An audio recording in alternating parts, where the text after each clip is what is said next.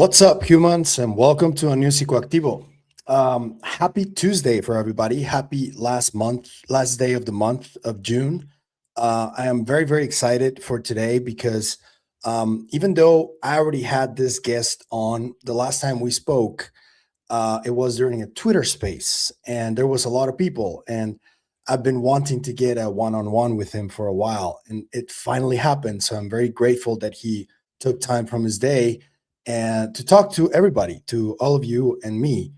And when I started the studying everything related to this phenomena in general, I've been on it for like 3 years, only 4. And one of the very first pieces of information and data that I got were this series of books that are his latest, and not it's one of the best explanations or potential explanations of what could be going on. But reducing his body of work to just those books is a disservice, I think, because he's written many, many different pieces of work, such as Sinister Forces, Unholy Alliance, and of course, the trilogy that I consider one of the go-to sources for ufology, the Secret Machines nonfiction series. Of course, I'm talking about Mr. Peter Levenda. Welcome, Peter, to Psicoactivo. Thank you for being here, man. Thank you very much for having me. It's great to be back. Yeah, funny. Finally on camera, right? Yeah. So, okay, so I guess that we could start by a loaded question, and I'm sorry, but I gotta ask you this because I tried to put it in different places, but I'll just start with it. According to everything you have researched and worked on during your career, how would you describe reality right now? You mean reality, all of it, or just? Yeah, like what do you understand? What is your perception of reality based on your body of work and everything you've looked into? What is your perception that is happening? Well, That's the only loaded question you're gonna get, I promise. that's a heavy one. Yeah. Um, what's going on? It's easy for us to say that we're on the verge of something. We're on the verge of some major developments happening, but I've been hearing that most of my life. So every couple of years we get to this inflection point and we say, "Oh my God, everything's going to change. There's going to be so much tremendous this or that or something else," and it kind of doesn't. And then you look back and you say, "Wow, 20 years ago, 30 years ago, things did change. We just weren't really understanding what the change was at the time." So I'm withholding judgment on what's going on. I know that we are talking openly now about things that were always discussed quietly. You had to wear a tinfoil hat back in the day. Yes. Right now, you don't necessarily. We don't know where this is going to go. Maybe we got to get the tinfoil hats back out of the closet. Who knows what's going to happen? But at the moment, we're discussing openly things in Congress, even as we speak right now. Uh, Yeah. they're discussing things. I caught some of the MK Ultra hearing, right? A little weird, but okay. Um, but at least they're talking about it. They're bringing it up. They're saying, "What is this about Charles Manson and MK Ultra? What is this about the Nazis and MK Ultra, the CIA mind control stuff? All of this stuff, we've all known about it. I was there in the '70s when the hearings were first held, right? So you had the hearings on CIA, on MK Ultra. It was all coming out. The mind control, behavior modification stuff. It was in the front page of the New York Times. But now it's on the front page of the New York Times trying to fight with space on UFO, UAP phenomena, right? That's crazy. So all of this stuff is out there. You know, we're going to have to come to a certain point where we're going to have to absorb all of this and come out with some kind of worldview that makes this all make sense for the people at large. But for those of us who've been involved with it since, in my case, since the 60s, um, this is the worldview. This is reality. This is what reality was composed of. All of these are parts of reality. We just don't know where to put it. We've got stuff that we don't know, it doesn't fit in the paradigm. So science is struggling with it. And then you have science struggling with science at this point, not knowing how many worlds there are, how many dimensions there are. Is string theory right? M theory? What kind of theory of quantum mechanics should we be relying upon? I mean, we don't really understand how to define reality from a scientific point of view, let alone from a philosophical point of view at this point. I've been through the philosophers in my time, and every once in a while you read a philosopher, you think, wow, this guy gets it, for about 20 minutes. And then you think to yourself, wait a minute, he's missing something here, or she's missing something there. Let's go back and relook at this. And then another philosopher comes along and says, all those guys don't know what they're talking about. This is what it really is. So we've gone through this. I've gone through it. We all have. So reality is catching up. Our knowledge, our understanding is catching up to what reality is by plugging in the stuff that we refused to accept before. By tentatively allowing it back in, we are now getting a more complete picture of reality. But it's going to take a while because there's a lot of pushback. There's a lot of opposition, and some of it's been weaponized politically, right? I was just watching the beginning, the opening remarks of the MK Ultra hearing, and I'm thinking to myself, okay, there's a political bias taking place here. We want to do this. We want to do it this way. We want to blame these people and not blame these people. We have to work through that. There's a lot of documentation out there. The one thing I do heartily support was one of the speakers saying, let's kind of finish the declassification process on the documents we already have. We have a lot of MK Ultra documents. There's a lot of redactions in there. Let's get rid of the redactions. This was 50 years ago, 60 years ago, 70 years ago in some cases, going back to 1950s and the Korean War. I think we're okay now. We can start redacting World War II era stuff and Cold War era stuff from the 50s. I think it's okay. I think it's time at this point. We're not going to jeopardize sources and methods anymore at this point. So they're all dead anyway, most of them. Oh yeah, come on, right? Yeah. So I mean, it's out there. So from my point of view, this could be an exciting time.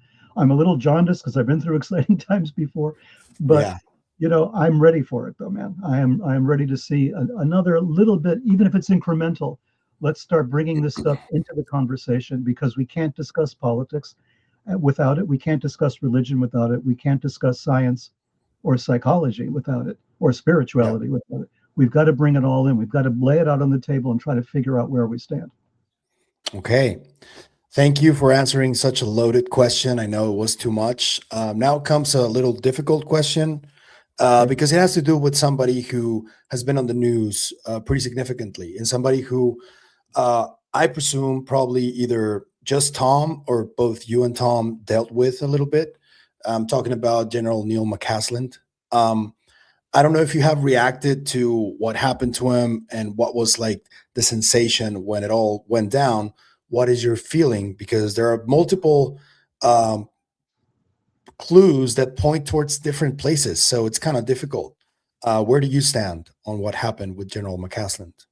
Yeah, when that happened, when it first was announced, of course, I was as shocked as everyone else. I never dealt with General McCasland directly. Everything was indirect. Tom was the one who dealt with him on a regular basis, so he knew a lot. He knew him a lot better than of course I did. I never met him, so but I was privy to a lot of the communications because we were trying to parse it. We were trying to figure out, what is McCasland saying right now? What is the general saying to us when he suggests this avenue of investigation or that avenue of investigation? So I was there for that, especially in 2015, 2016, 2017, that period. We were looking at writing secret machines, and McCasland was a source in the sense that Deep Throat was a source in Watergate at first, right? Yeah. Deep Throat did not really say, this is the person who did this. Look at this person is guilty. Deep Throat would say, have you thought about this? Have you thought about that? Deep Throat would say, follow the money, right? Very famously. McCasland was saying, have you thought about this? Have you thought about that? Without coming out and saying, there's a direct connection here. He just gave us avenues to look at.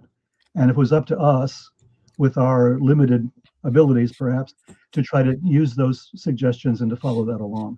So when it came to, I believe it was the general who told us to look at Greek mythology, for instance, right? to start looking at that specifically. And Tom would get like, what the hell did he mean by that, right? Out of left field. We're talking UFOs, UAPs, and McCasland is saying Greek mythology. So I said to Tom, I think I know where he's going with this. This is a deep throat moment here. He's giving us a clue, but we have to work it out. We have to see what's going on. So that worked its way into Secret Machines.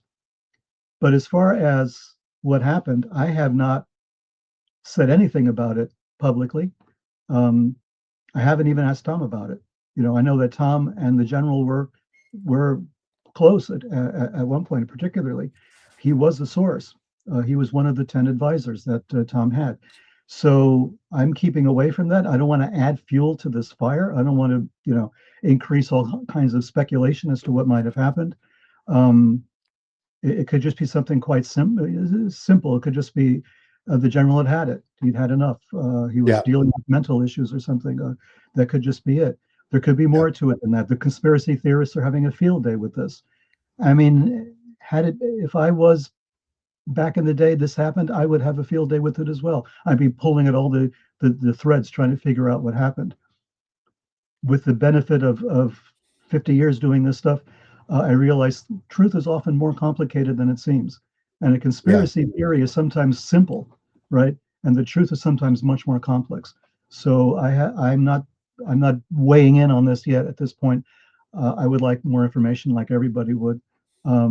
Is it suspicious? Sure, of course it is. Does that mean that there was foul play? Not necessarily. So I'm staying aloof from this until we get more information. About him, though, because there were multiple things that surfaced of his activity when he was still around. Mm-hmm. And it sort of feels like he was secularist, and it sort of feels like he was against organized religion, because there are a couple of moments where in comments in Facebook and stuff like that, he expressed that he felt the Republic was in danger from organized religion and from fanaticism of sorts. Do you think that General McCasland may have had like more contact with the occult in that sense, and that's why he was so vehemently against the official organized religion, because he was very clearly secularist. What do you think about that? Yeah, I would not oppose occultism to religion. Like, these are on two different sides of the coin. I don't think that's true. I think his opposition to organized religion is something that a lot of us share, whether we're involved with occultism or not. The reaction against organized religion, especially now when it's become hyper politicized, where you can't extricate the religious stuff from the political stuff, is a problem. But it's been a problem in the United States, in particular, since the beginning. The country was founded by a bunch of basically people who were running from Europe because the Europeans found their religion just too strict and too weird even for them, and so they wound up in New England practicing all sorts of strange religious ideas. We had the Salem witchcraft stuff going on in 1692. We had people who had really extreme views about religion already. And I think Alex de Tocqueville, the famous French commentator, said religious insanity is very common in the United States. And he was talking in the 18th century, so it was already there. It's baked in to a lot of what happens here. And there's entire parts of the country that come under, sway of one particular religious concept as opposed to another. When the Catholics first started coming in, that was a major problem. I remember that because I remember that Kennedy, while he was running for president, had to make a speech that he wasn't taking orders from the Pope, because everybody was saying, we can't have a Catholic president. He won't be loyal to the United States. So we've had this. My whole life I've seen it. So it's nothing new to me. And I think that McCasland was reacting to is the same thing. It's just too fanatic. It's trying to control people's lives. It's trying to set itself up as an alternative government religion, especially organized religion in the United States. And that is problematic. Absolutely. I believe in that separation, that clause that separates that out. And at the same time, you have people misunderstanding and misinterpreting history saying, for instance, that the people who created the country were all very religious people. Not really. George Washington was a Freemason. There's no way around that. There's paintings of him in his robes. I mean, Yep. he did not hide that. The founding fathers, there were a lot of Freemasons involved in that. And what was Freemasonry was a reaction against the extreme religions that were taking place in Europe at the time. You had the extreme Protestant Reformation on one hand, you had Catholicism on the other. They were trying to rise aloof from that and take a more theistic approach, if not a deistic approach to it, to the problem. So they said you have to believe in one God to be a Freemason, and that's as far as we're going to go, right? Religiously. So that was anathema to the church. I remember as a kid growing up, you could not become a Freemason if you were a Catholic. That was written in stone. So there was the Demolay Society when I was growing up as a kid, and this was for the children of Freemasons, right? We didn't know what that was, and when we started asking questions, the nuns were like freaking out. You can't be involved with that. That's Freemasonry. That's the enemy, right? Oh. So that's America. That's in my lifetime. So this is not all that new to me. All of this that's going on right now. This was something that I grew up with. We used to pray novenas for the conversion of the Russians, of the communist Soviet Union. We prayed that they would convert to Christianity. Now that I'm looking back on it, probably not such a good idea. But at the time, it would be great if they all became Christian and became Catholic or something. So, I mean, this was inbred in us in the 1950s, especially. We were afraid of a conflict, atomic war, nuclear war, from the Russians, from anywhere. So we prayed. We were in churches praying that this would not happen. So, church and state has always been part of the American fabric. As much as we passed laws trying to separate it out, I've written in Sinister Forces that was not that inescapable. You have presidents who had very strong religious ideas, and it influenced their policy making. The same thing in Congress, the same thing in various state governments. So it's there. And I think that McCasland's, to get back to your initial question, his rejection of this kind of fanaticism is not uncommon. And it doesn't mean he was an occultist in any way. I don't think that he was. I don't think he was involved in occultism. I could be wrong. But it doesn't seem to me that would be the case. If anything, it would have been a kind of a mild, maybe meditation or maybe yoga, who knows, something of that nature, but not occultism, not burning candles and statues and stuff like that. I don't think so. No. Okay. Speaking of secret societies, you spoke about Freemasons. There are the Templars. It seems to me like these secret societies have been struggling with the official explanation of what happened 2,000 years ago or so. I've heard different versions of what secret societies think what happened there, and what or who Jesus Christ was. What is your sensation on that? Because it sort of feels like all the three major religions are, at least in some form, related to ufology or to the phenomenon or some type of phenomenon, which has been construed as supernatural throughout history and written about it as such. What do you think secret societies think about this that differs from the official explanation of what happened back then? Well, we sort of covered this in Secret Machines to an extent. In the first book, Secret Machines Gods, is trying to dissect that idea and trying to take it apart and figure out what is going on. Jacques Vallée came out with a book a few years ago, tracing UFO experiences from ancient Egypt until the present. What we're going through now is nothing new, right? The dressing is new, but the actual experience, the phenomenon, is ancient, and it can be conflated with religious things. It might have been the instigation for religious thinking.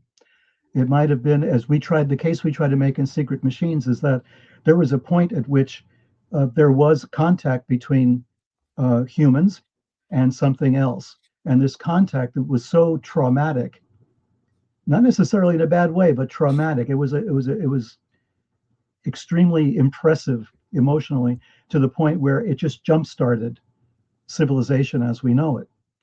In the ancient peoples around the world, there was no division between science and religion. The goals of both were the same.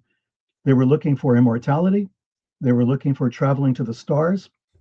Sometimes they conflated those two things, that we would become immortal if we travel to the stars, or if we travel to the stars, or if we were immortal, we would travel to the stars. I mean, it was connected. Ancient Egypt, the pharaohs would be reborn in the stars, in the constellations, especially in the North Star. That was like the ultimate destination. In Kabbalah, in some of the earlier forms of Jewish mysticism, which was ascension or celestial ascent mysticism, again, it was the stars. It was people progressing up the stars. So this, as even St. Paul at one point talks about going to the third heaven, which is a reference to celestial ascent. So this idea that you traveled to the stars was very, very strong throughout the Middle East, certainly throughout the religions that gave birth to Judaism, Christianity, and Islam. It's there. The prophet himself travels to the stars, travels up to the seven heavens. So you have this as a constant leitmotif in that part of the world. But then you look to India, and it's very ingrained in India as well. You look at China and the idea of a heaven, a celestial place where the immortals reside. Again, immortality and the heavens. It's a constant refrain. You have it everywhere. You have it in South America. You had it among the Mayans and the Aztecs. You had this idea that there was the pyramid itself. You were ascending, getting closer and closer to God, performing the sacrifices, trying to make that relationship between humans and deities, which with whatever way they possibly could. The vast astronomical knowledge of the people in Central Latin America and Mexico was why? Why were they keeping such track of every celestial movement? Why were people doing this? I'm always amazed by that. If you look at the ancient records of Sumer, for instance, 6,000, 7,000 BCE, there's somebody, right, sitting on top of a building at night, every night, for 8, 10, 12 hours, recording the movements of planets, recording the positions of stars. Why would you do that? What's the inspiration for doing that? And why was it being done all over the world? What was the rationale for that? You're trying to survive. You're trying to find water. You're trying to find food. Maybe you're developing agriculture at this point, animal husbandry. You're taking care of your crops. You're doing all of this. And at the same time, there's enough money, there's enough wealth in that society to say, we want these guys just to sit there and stare at the heavens and write it all down, day after day, night after night, for years, for decades, for centuries, right? There was a motive there. There was inspiration for it. It was considered necessary. And that's because of stuff happening in the skies. That's because of contact that they believed they had. And they identified those beings in the skies as the gods, right? They even associated them with creation. They associated them with the source, with maybe humans came from there originally. This whole idea is all over the world. So we tried to show that what we're going through now with the UFO phenomenon is related to that. It's part of that same structure that we've had as human beings since recorded history. This is part of who we are. It's nothing new. The UFO phenomenon is not new. It's been with us forever. This is a perfect segue, though, to speak a little bit about somebody who I think may have made contact, I guess. And we're speaking about MK Ultra. He's also potentially considered one of the pioneers of those programs. I'm talking about Dr. Andrija Puharich. And I wanted to ask you, what's your take on everything that he allegedly did, like those seances with the nine? I'm good friends with Greg Malazzi, who just did a documentary about him, and Right. It's fascinating everything he was doing. I wanted to ask you because you researched Puharich extensively. So, yeah. Puharich to me is like the touchstone for a lot of this. Some people say he was the father of the New Age. I've heard that referenced many times. Yeah, maybe. I mean, he certainly was the guy who popularized Peter Hurkos, Uri Geller. He was famously involved with all sorts of psychic experimentation. In fact, he actually appeared as himself in a Perry Mason episode, right? And he appeared as Andrija Puharich with his Faraday cage, right? Whoa. The whole idea of the Faraday cage was essential to the plot of this Perry Mason episode. And you're thinking to yourself, and this is like what, season 5, so that would have been right around 1960 or so. And you're asking yourself, what the hell is he doing on television with his Faraday cage discussing, testing for paranormal abilities? That's a story that has a lot of legs, because if you start taking that apart, you'll find all kinds of stuff that you weren't expecting to find. For instance, that Earl Stanley Gardner, who created Perry Mason, was very much involved in psychic research, in ancient alien kind of stuff, ancient archaeology. He spent a lot of time in Mexico at Acámbaro because he believed that those little figurines of the dinosaurs were real, that they had been done, many, many millennia ago. He was very involved with that. And there's crossover to Puharich with that as well. Puharich spent some time in Acámbaro as well. And it was there that he came across, in Mexico, he came across the verification of what he was doing with the 9, because he came across an American couple called the Laweds of Arizona, who walked up to him and said, "Oh yeah, we've been in communication with the same 9 you've been in communication with." And no one was supposed to know about that. This is the 1952, 1953, that the experiments happened with the 9. And then a few years later, he runs into these people in Mexico, in the middle of basically nowhere, because Acámbaro is not exactly Mexico City. So he's down in there talking to these guys, and they have all the background information on what he was doing with the 9.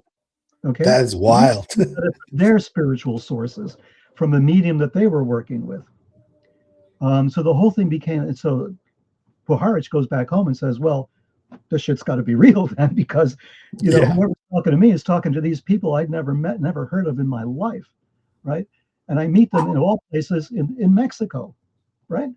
And in the same place where we're looking at the dinosaur figurines. So the whole thing, there's a lot of connective tissue here.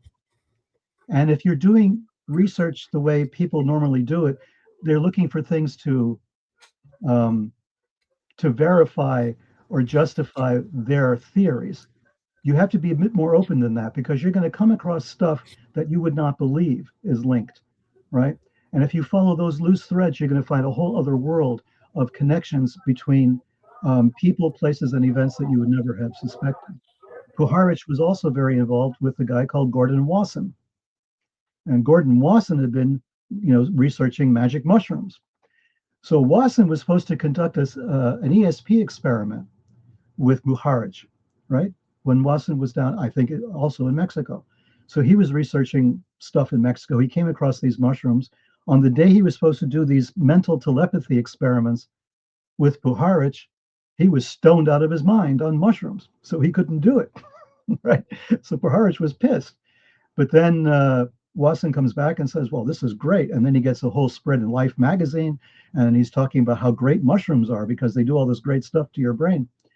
And I mentioned in Sinister Forces the connection between Puharich and the Kennedy assassination.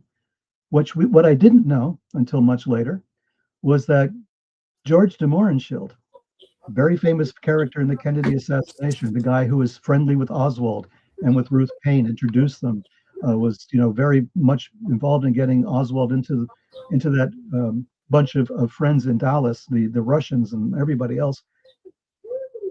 When de Mohrenschildt is being taken to testify before the committee on assassinations, and I guess it was in 1977, he commits suicide. Or we say he commits suicide. We're not really that sure, but there was a shotgun and he was dead. The day before he was supposed to show up. It turns out in his address book, de Mohrenschildt, he had Gordon Wasson's name, address, and phone number, the guy who was doing the mushroom research. So it was very strange that Wasson, de Mohrenschildt, Puharich, all these guys all knew each other. And we're talking about the assassinations, we're talking about mental telepathy experiments, we're talking about UFOs, we're talking about Uri Geller, Peter Herko, psychic detectives. We're talking about the richest families in the United States. We're talking about Arthur Young and Ruth Forbes. And we're talking about a direct connection to Lee Harvey Oswald. All of this through Puharich. And then from Puharich, we go to Ira Einhorn, and we go to the Holly Maddox episode and that whole thing. I mean, we are up to our necks in stuff with Puharich.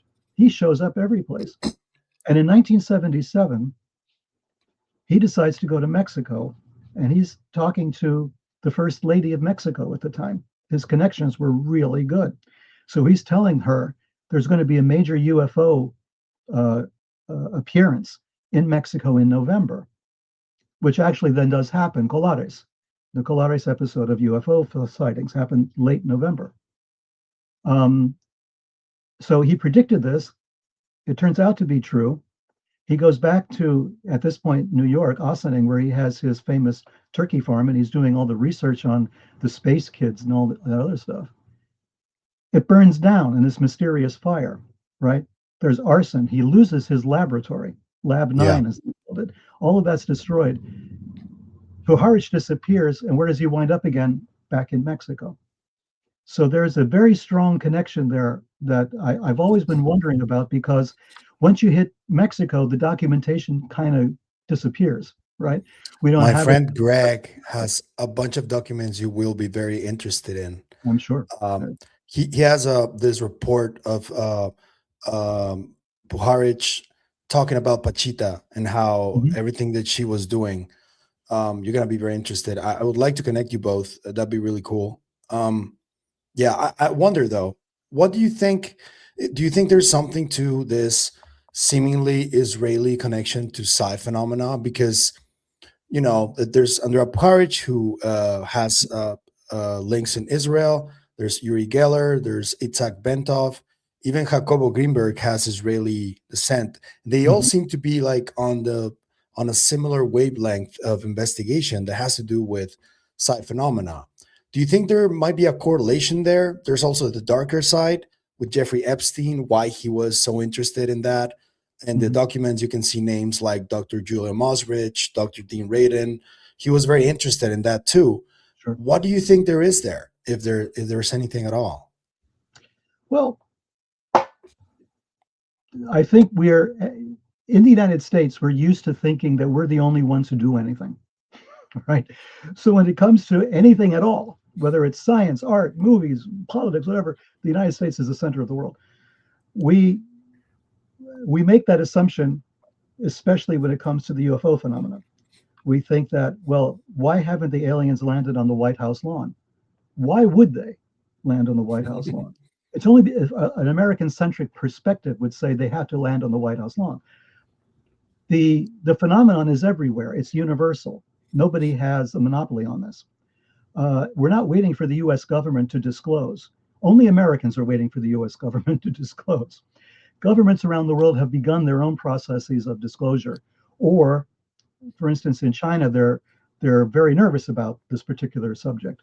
And they've had their own sightings. Well, anything that threatens the regime. And there was a real problem with Falun Gong, that group that was very popular in the United States. They do the dances, the Shenyang Festival and everything else. But Falun Gong is this meditative practice, which seems very benign, and which is very benign.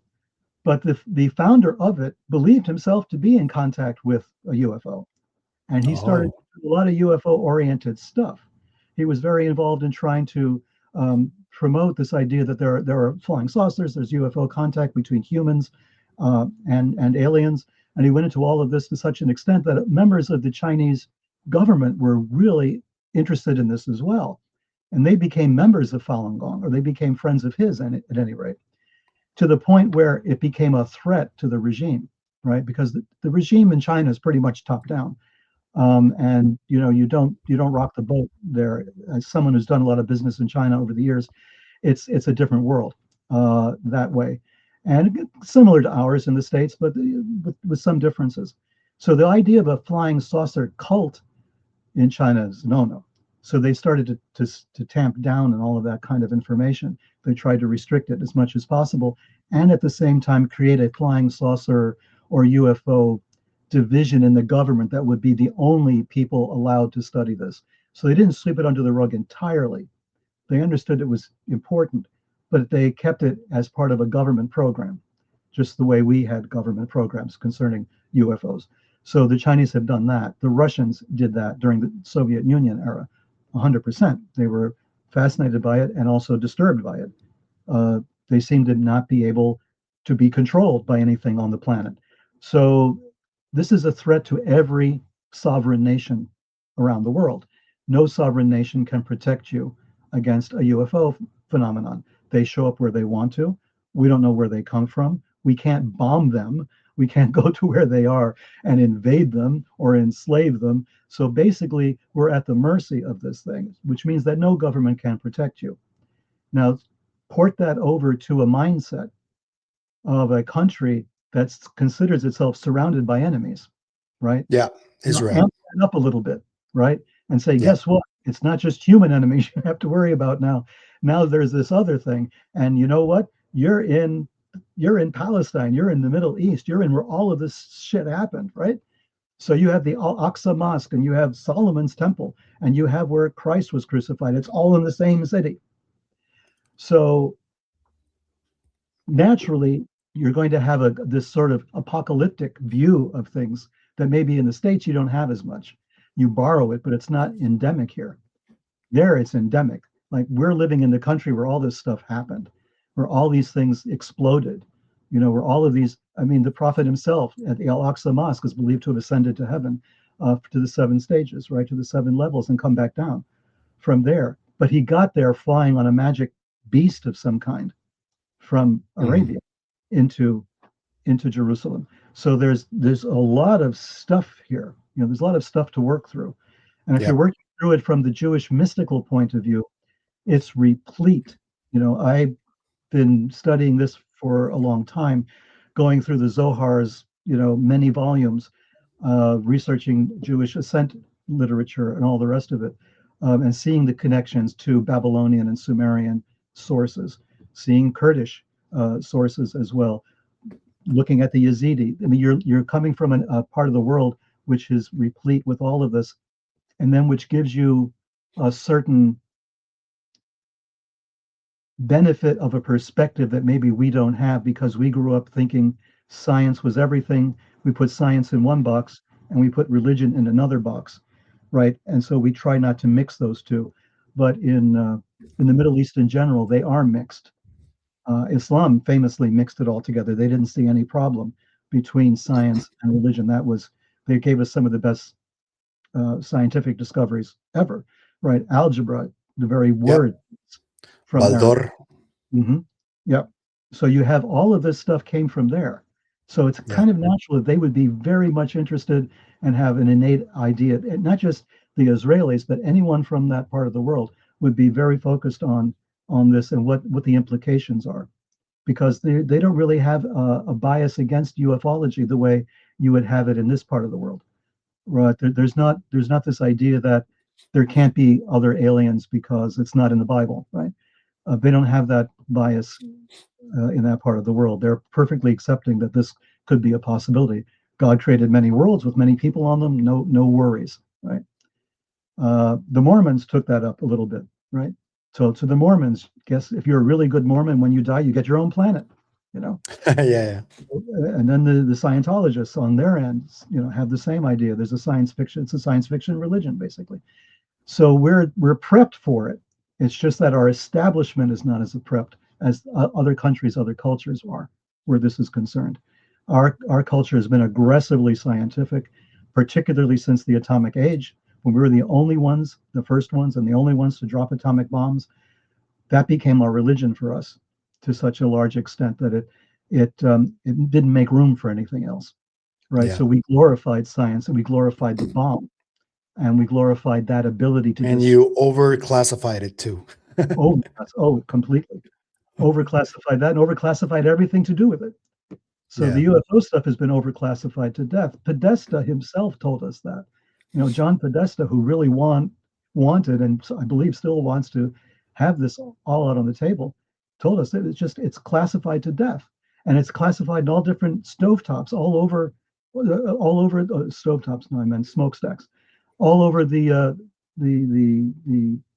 not just the government, but also the military industrial complex in general. There is so much classification, and none of it's the same, right?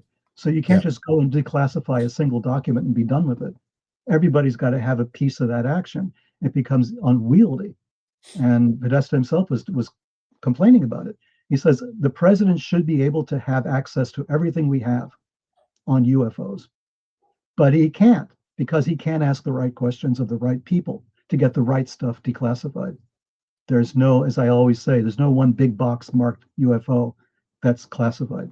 It's all over the place. It's spread all over agencies. It's spread all over companies, like Sandia, for instance, or some of the other groups that even McCasland was working with. Right, the Yeah. classifications are there, and they're in little areas, and they're protected.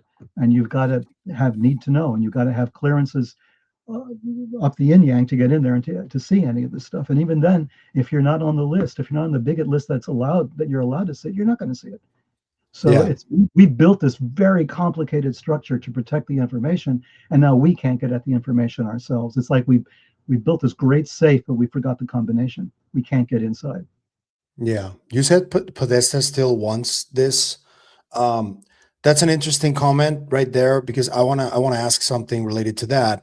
Recently, last Sunday, Ross Coulthart was on News Nation speaking about Lou's real role in legacy, right?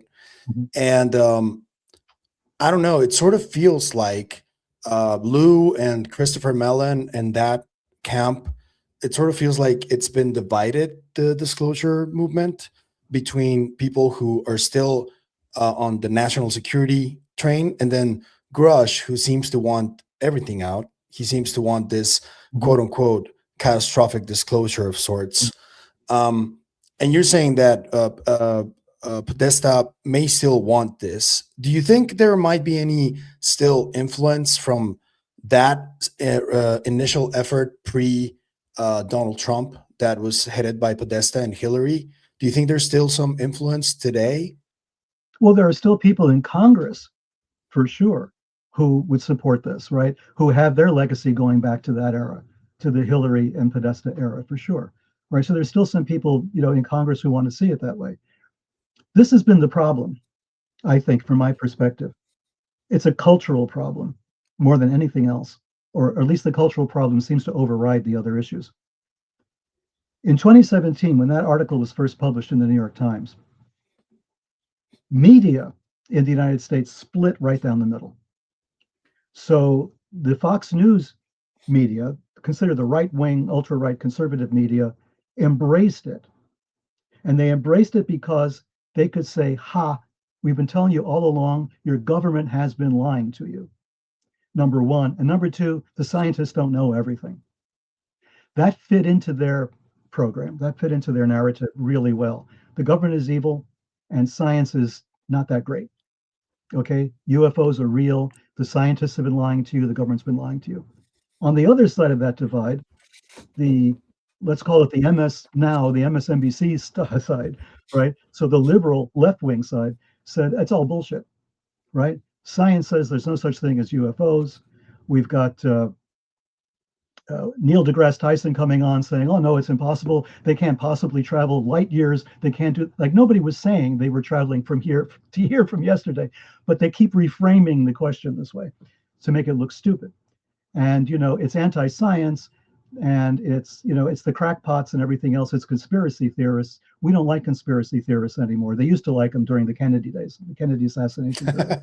But now they don't like assassination. So this became a cultural political divide. I watched it happen. I'm thinking, what the hell? We're not going to get disclosure this way, because now we've got two completely different political angles on this, and they're fighting over it. So the who are the guys that set up, ATIP and all these organizations supposedly were people who, like Harry Reid, Democrats, basically, or people with Democrat sensibilities. I mean, sort of left-wing kind of people were in the beginning, and then suddenly became now a right-wing thing, right? Yeah. This is causing too much confusion. It is muddying the waters. We're not going to get disclosure this way if one side's going to weaponize it against another, because they're going to cherry pick the data. They're going to cherry pick the documents. They're going to cherry pick the people who give testimony, as is happening now with MK Ultra. I don't know if I would have picked all those individual people to talk in front of that committee. I might have been a bit more circumspect, picked people that had deeper deeper ties and deeper knowledge of it. That's me, right? So what are we doing here? Is this theater? Is this just theater for the masses? Are we really going Feels to? that way, right? Feels that way to me. Yeah. It doesn't feel real. Yeah. It feels performative. And if we have enough hearings, people will be satisfied that we're doing something. We don't actually have to do something. And I can sympathize with Grush. Let it all hang out. Let's have catastrophic disclosure, right? And yet the other people I talk to on the other side are nervous about catastrophic disclosure. Why do you think they are? They're afraid of the stock market going to pieces. They're afraid of religion losing its grip.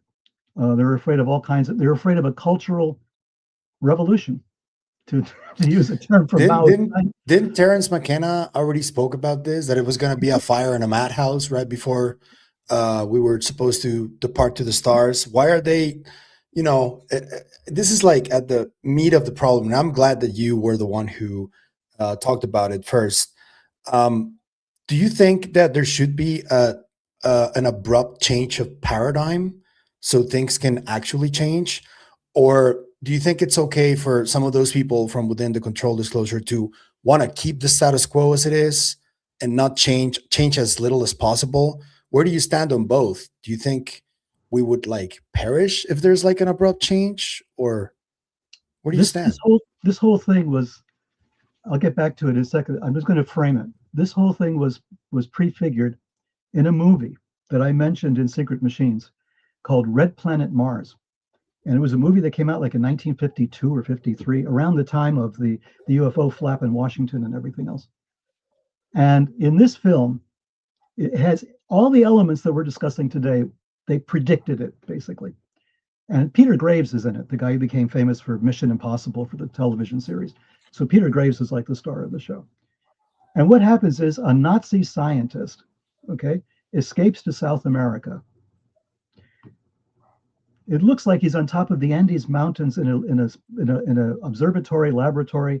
I'm guessing Chile, Argentina, but anyway, something like that. So he's on top in the Andes somewhere, and he's basically faking a communication from Mars to the United States, right?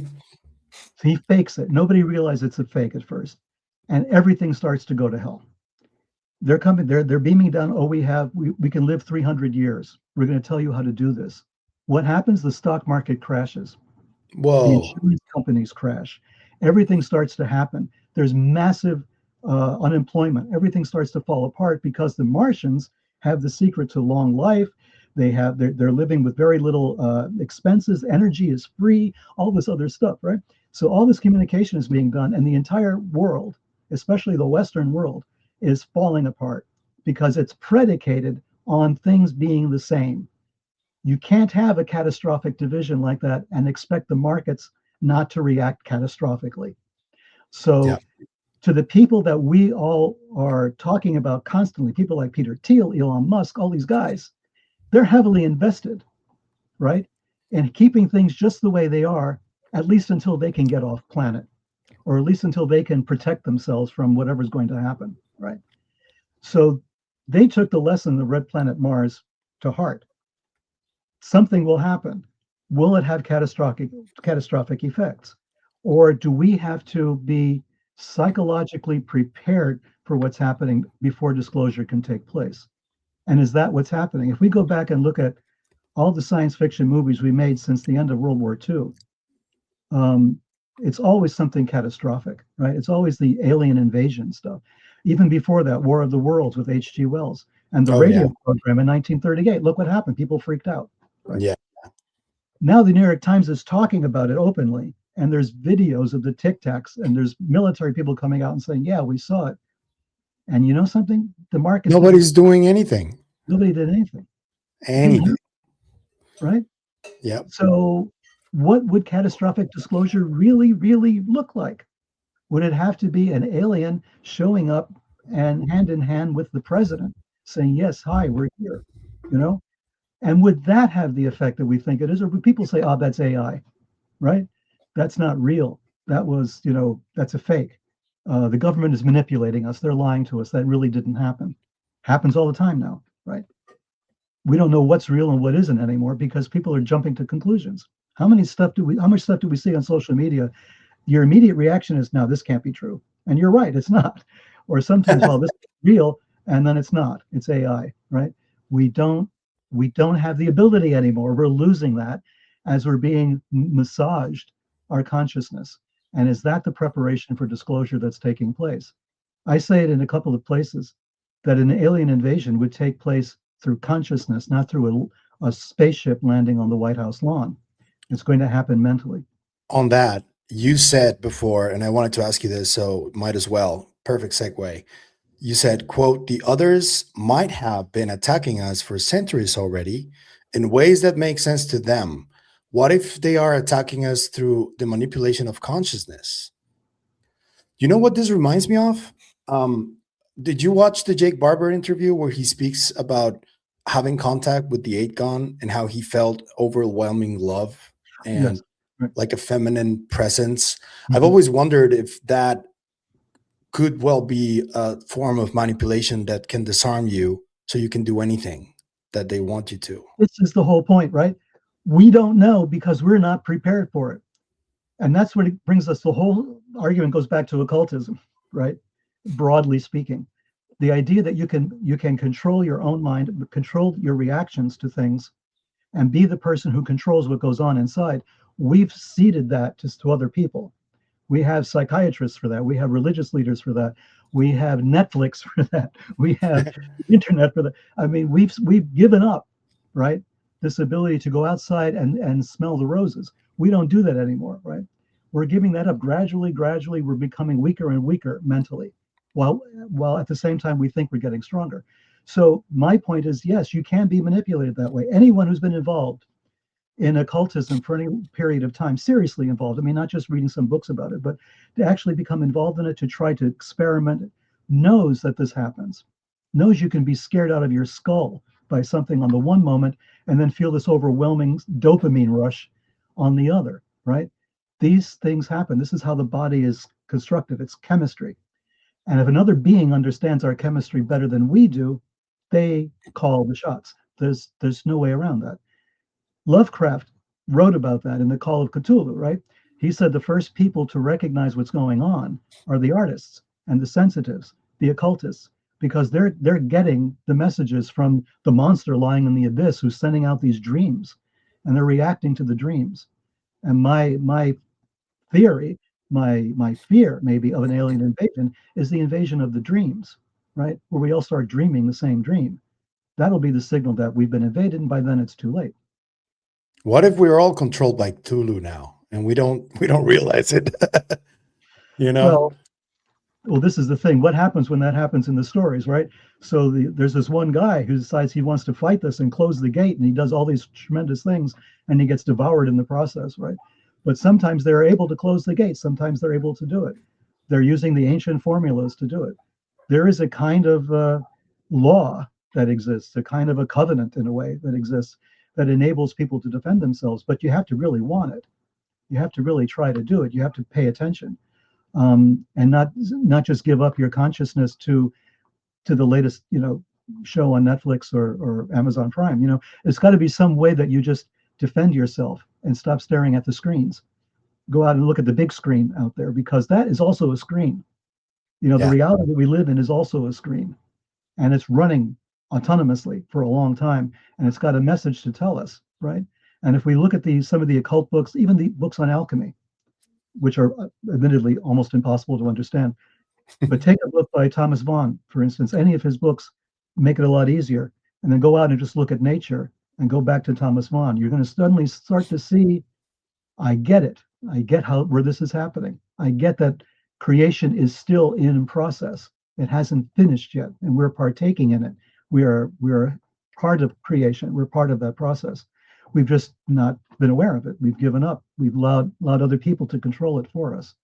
So to get back to your questions, yeah, it's possible we've already been invaded, right? But the fact that we're still fighting with each other over stupid shit, that could be an indication we've been invaded completely and successfully, and it's all over and we're screwed.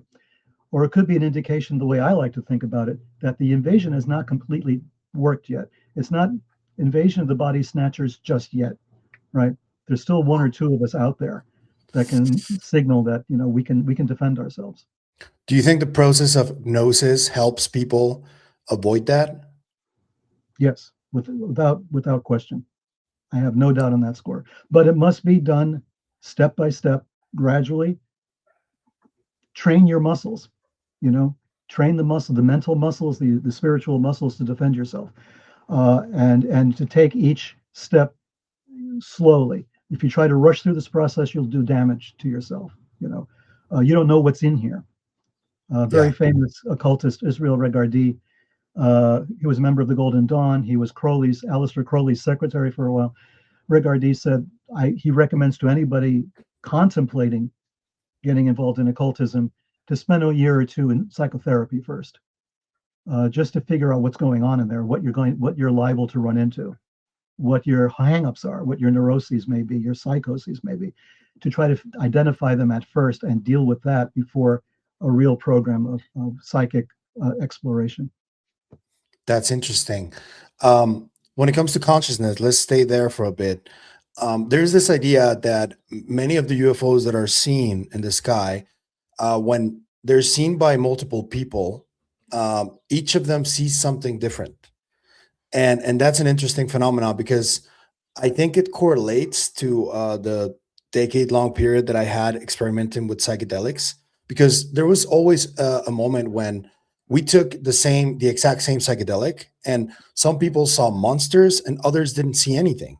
They all tripped, but there's a different reaction to each mind. It goes on a case-by-case basis. Do you think it applies to UFOs as well? And what do you think is going on there? What's that phenomenon? Is it just projection? Yeah, and in fact, this is a key element also of the cynics who try to destroy the UFO sightings, the UFO witnesses, as being deluded. They say, well, you know, this person saw the UFO and saw that. This person saw the UFO and saw that. Obviously, it's a delusion. Okay, and they cite eyewitness testimony being notoriously unreliable in courts of law, right? This eyewitness saw the murderer was wearing a blue shirt. This one said a yellow shirt. This one said he was tall. This one said he was short, etc., etc. But nobody denies the murder took place. In the UFO experience, you can't deny the UFO phenomenon was not there. They all saw it. They all saw something different. They all saw a different thing. Okay, but the actual core event took place. It happened. Because why else were they all there commenting about it, right? So it happened. Something happened. We will individually look at it differently. We will experience it differently based on our body chemistry, based on our, let's use a word like karma. It's a handy word to use in this case. Based on the accumulation of our experiences, our emotional states, our feelings of guilt, our feelings of fear, our feelings of paranoia, all of these things are going to be in there when we look at something otherworldly. Even biblically, they use the word terrible, right? For instance, the Jacob's ladder, when he lies down on the stone and has this dream, he has the stone and he inscribes on the stone, this place is terrible. And it doesn't mean terrible the way we use it now in English to mean something awful, something we don't like. It meant terrifying, right? The experience of God is terrifying. The experience of the supernatural is terrifying. Moses was warned about this. You cannot look on the face of God, right? When we come to the UFO phenomenon, it is still terrifying. It's terrifying because it shouldn't be there. It's not part of our daily life. Something breaks through as if there was just this thin scrim, this screen, you know, dividing us from some other world. They just open it and they show up and they close it again. That's freaking terrifying. No matter if it was a benevolent being or a hostile being, no matter if it was a flying saucer or one of the ghost ships from, you know, the late 19th century, doesn't matter. It's terrifying. It can really unsettle you. Some people will be terrified. Most, I think, would. Some will think, wow, this is cool, right? They're having a good trip, right? Set and setting, as we used to say in the 60s. It depends on that plus the drug. So all of this is possible. The records of celestial ascent, you know, the ancient techniques, the Hechalot and the Merkava mystics refer to the terrifying nature of the process. It's terrifying, right, to go through these steps, because these are not normal things that happen. And the UFO phenomenon is in that category. It's something that is not, seeing a ghost would be terrifying. And seeing a UFO is in the same category, which is why the cynics lump it all together and say, all you guys are deluded. You're seeing stuff that isn't there. No, they're not. They're seeing something that's there.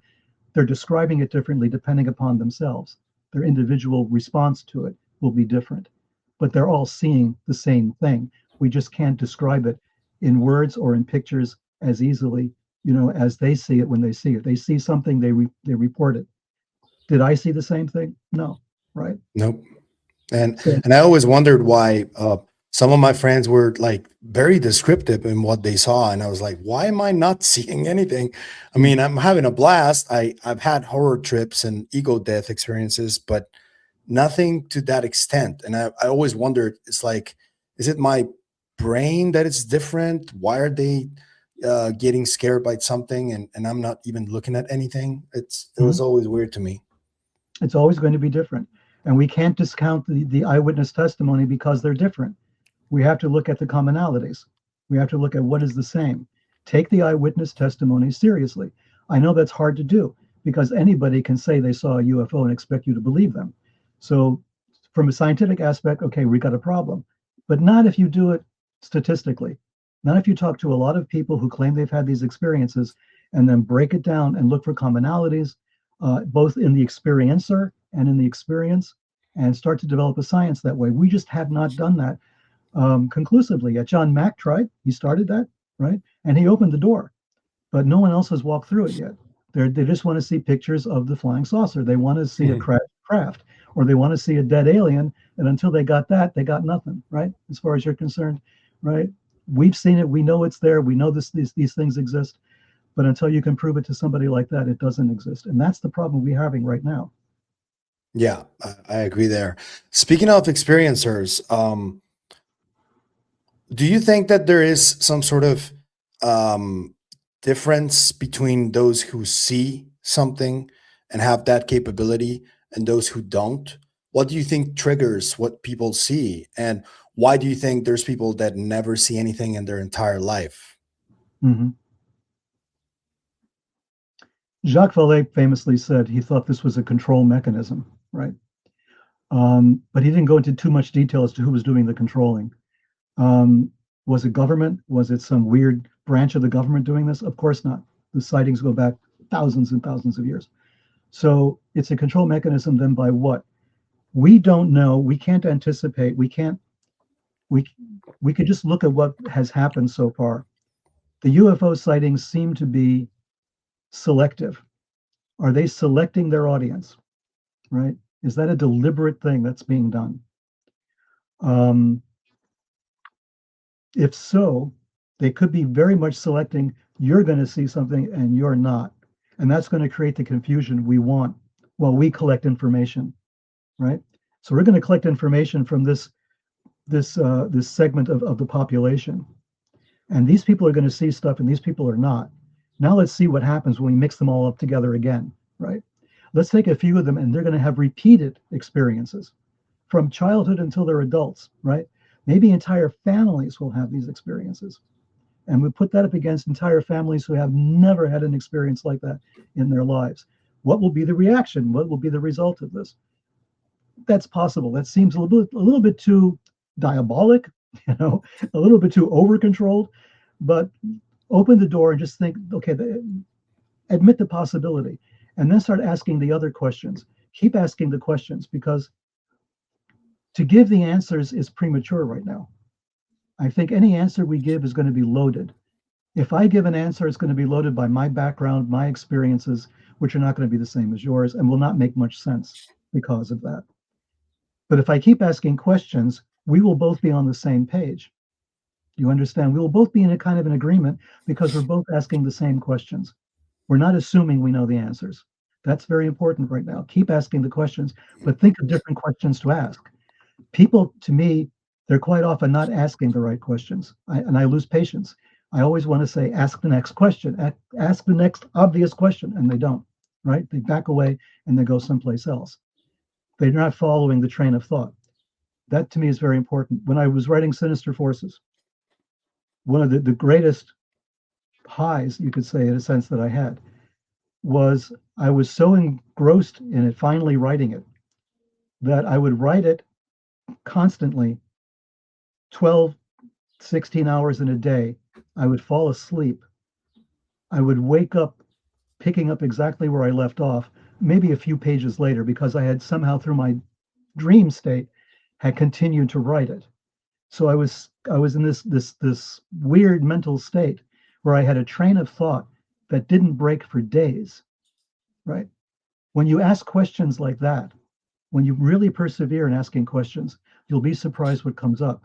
Don't ignore an answer that may seem nonsensical or a non sequitur, because that non sequitur could be a key to something. You're just not seeing it because you're not prepared to see it. But force yourself to ask the next question. Force yourself to ask the non sequitur, to follow up on that and say, why did that person say that at that time? What did they really mean? As an interviewer, you know how to do that. People in general should be doing that. They should be doing that of their elected officials for sure, but they should be doing that of everything that they're experiencing.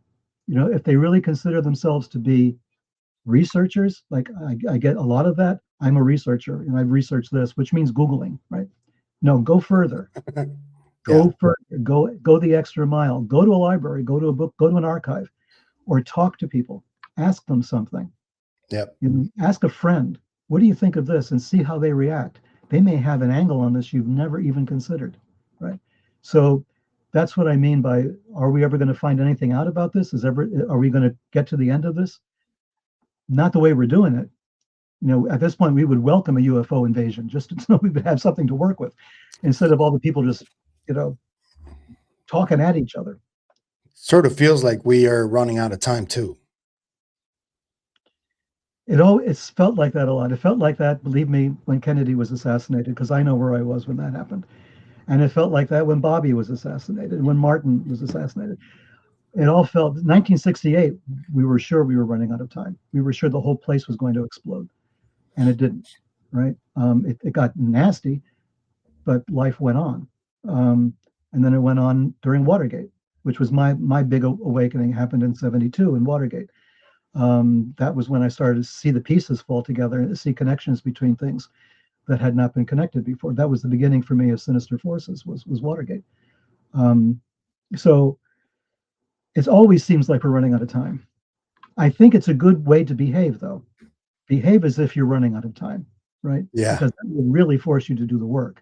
Don't think I have next year, I have 5 years from now, because you really don't. You know, you have now. That's all you really know you have. That's true. I want to explore something with you that I've been researching for a while and looking into, because there's a very interesting phenomenon that I don't know if it's a psyop or not. And since you wrote Gods, I think that you may be able to probably give me your perspective on it. So there's this group of people that go across, people from the intel community, just regular folks from different places in the world, that are part of a chat that is called the Old Gods. And when I heard that this chat existed, Chris Bledsoe is there, by the way, as well. I was curious because I'm like, okay, so what is this about? So I spoke to a couple of people who were part of that chat, and some of them told me their experiences, and they're not like, oh, I am channeling Tura Mazda all the time, and I am the reincarnation. No, it's like I have missing time. There's people who saw me during that missing time, and I was speaking incoherently. I was speaking about many different things, and I don't remember, and I want to know what happened to me. And I found that really interesting that it was happening. It's people from different places in the world who claim that they are being channeled or were channeled by different deities from different religions. And it's a really interesting thing that is happening. What is your read on something like that, phenomenons like this one? And it was interesting to see Chris Bledsoe also part of that, given all his history with the lady and all that stuff. Have you ever heard about this before or no? I haven't heard about the chat before. of course, I mean, there's a lot of cases of people claiming they were, channeling various gods, or um, and that's got a very good long pedigree, right? But for them all to get together and try to compare notes, to me, is fascinating. That's the fascinating part. Yeah. That all the gods are getting together and comparing notes on their gods, right? To me, this is really cool. I mean, it's like the Marvel Comics universe, but on steroids. Yeah. So that's really, I mean, that's like, yeah, okay, I'm on board with that. Just because you're talking to other people who've had similar experiences can call you out on bullshit if it's bullshit, right? Because they know what it feels like. They can also compare their experience with yours and try to figure out, what's really going on here. I think that's really, really useful. And that's the kind of thing that we need. I wish it was, I can understand why it would be a closed chat. That makes 100% sense. But I hope that at some point, maybe some report comes out of that shows some statistical anomalies that show up, or something that enables us to really understand what that might all be about. Because we have people, becoming possessed by various things all the time. And, we have a tendency to call that, a form of mental illness. And in many cases, yeah, it can be. It can be, we can look at it as something that's a mental illness. But the problem is this: what is a mental illness, right? I mean, again, I'm a child of the 60s. So in the 60s, there was this guy called R.D. Laing, Scottish psychiatrist, and who said that schizophrenia was not always about a breakdown, it was about a breakthrough. And that always had this tremendous effect on me, especially in the 60s when we were all thinking like that. Yeah. So he said schizophrenia is not really a disease, listen to the schizophrenics, listen to what they say. And it's like religious scripture they're reciting, it's like fascinating stuff. Meet them on their own level.